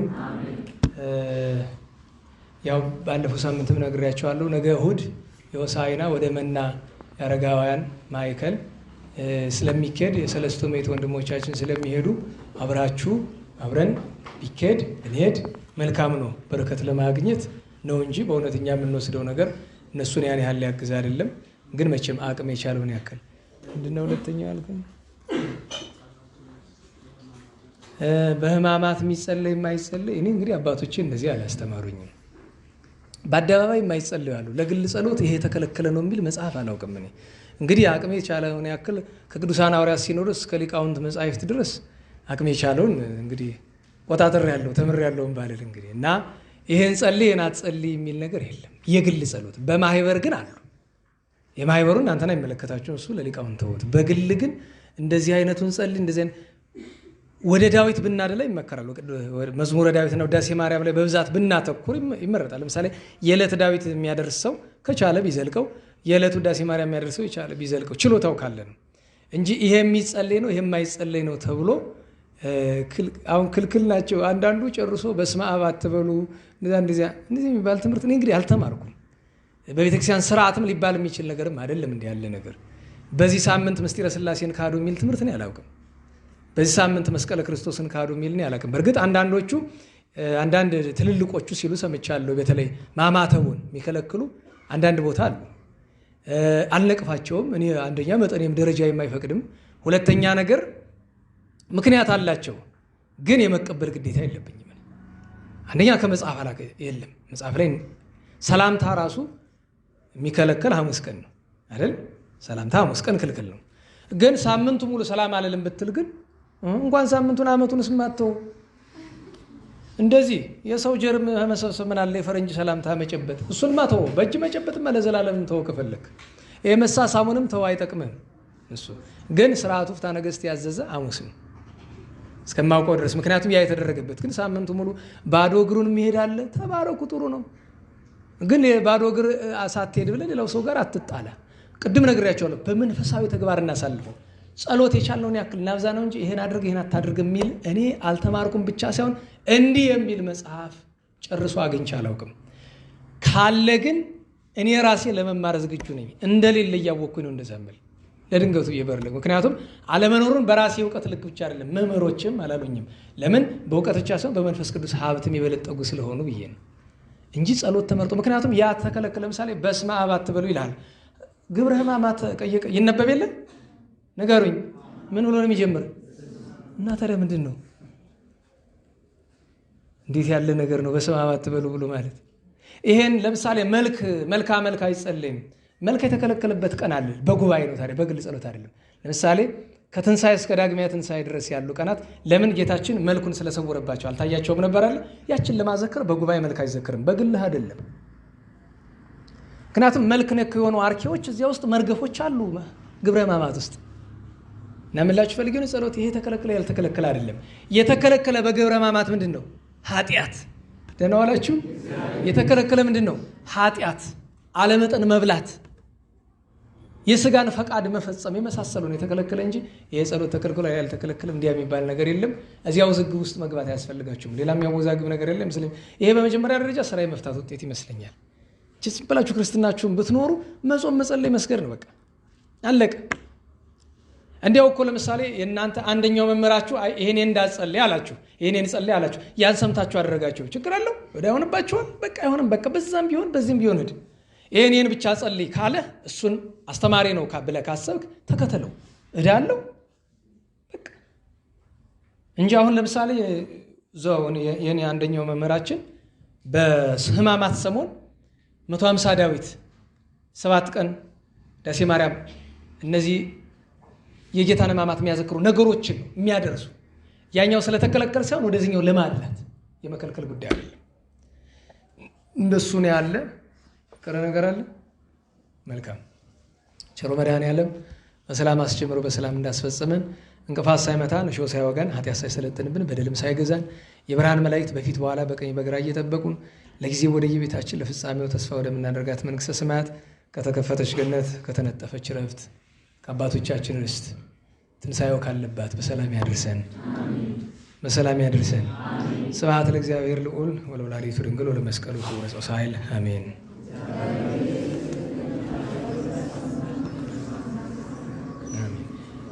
ያው እየተንቋጠጥኩ ሰዓታችሁን እየወሰድኩ ነው። እስቲ ከትንሣኤው በኋላ ልብ ሰጥቶኝ ይመለስ ይሆናል። በቸር ያገናኘን። የቸኮላችሁ እየሄዳችሁ መዝሙራችንን እንዘምራለን። ጸጋነ ሳይነ ወሕይወተ ረከብነ ጸጋነ ሳይነ ወሕይወተ ረከብነ በኃይለ መስቀሉ ለኢየሱስ ክርስቶስ በኃይለ መስቀሉ በኃይለ መስቀሉ ለኢየሱስ ክርስቶስ በኃይለ መስቀሉ ኪያከ እግዚኦ ነአኩት ወንሴብሐከ እግዚአብሔር ኪያከ እግዚኦ ነአኩት ወንሴብሐከ እግዚአብሔር ጸጋን ተቀበል ሕይወትንም አገኘን ጸጋን ተቀበልን ሕይወትንም አገኘን በመስቀሉ ኃይል ለኢየሱስ ክርስቶስ በመስቀሉ ኃይል በመስቀሉ ኃይል ለኢየሱስ ክርስቶስ በመስቀሉ ኃይል አቤቱ አንተን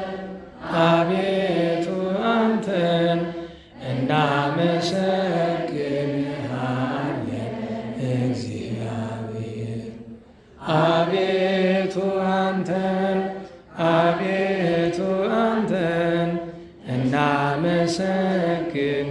እናመሰግንሃለን እግዚአብሔር ቸር መድኃኔዓለም በሰላም ያሳድረን።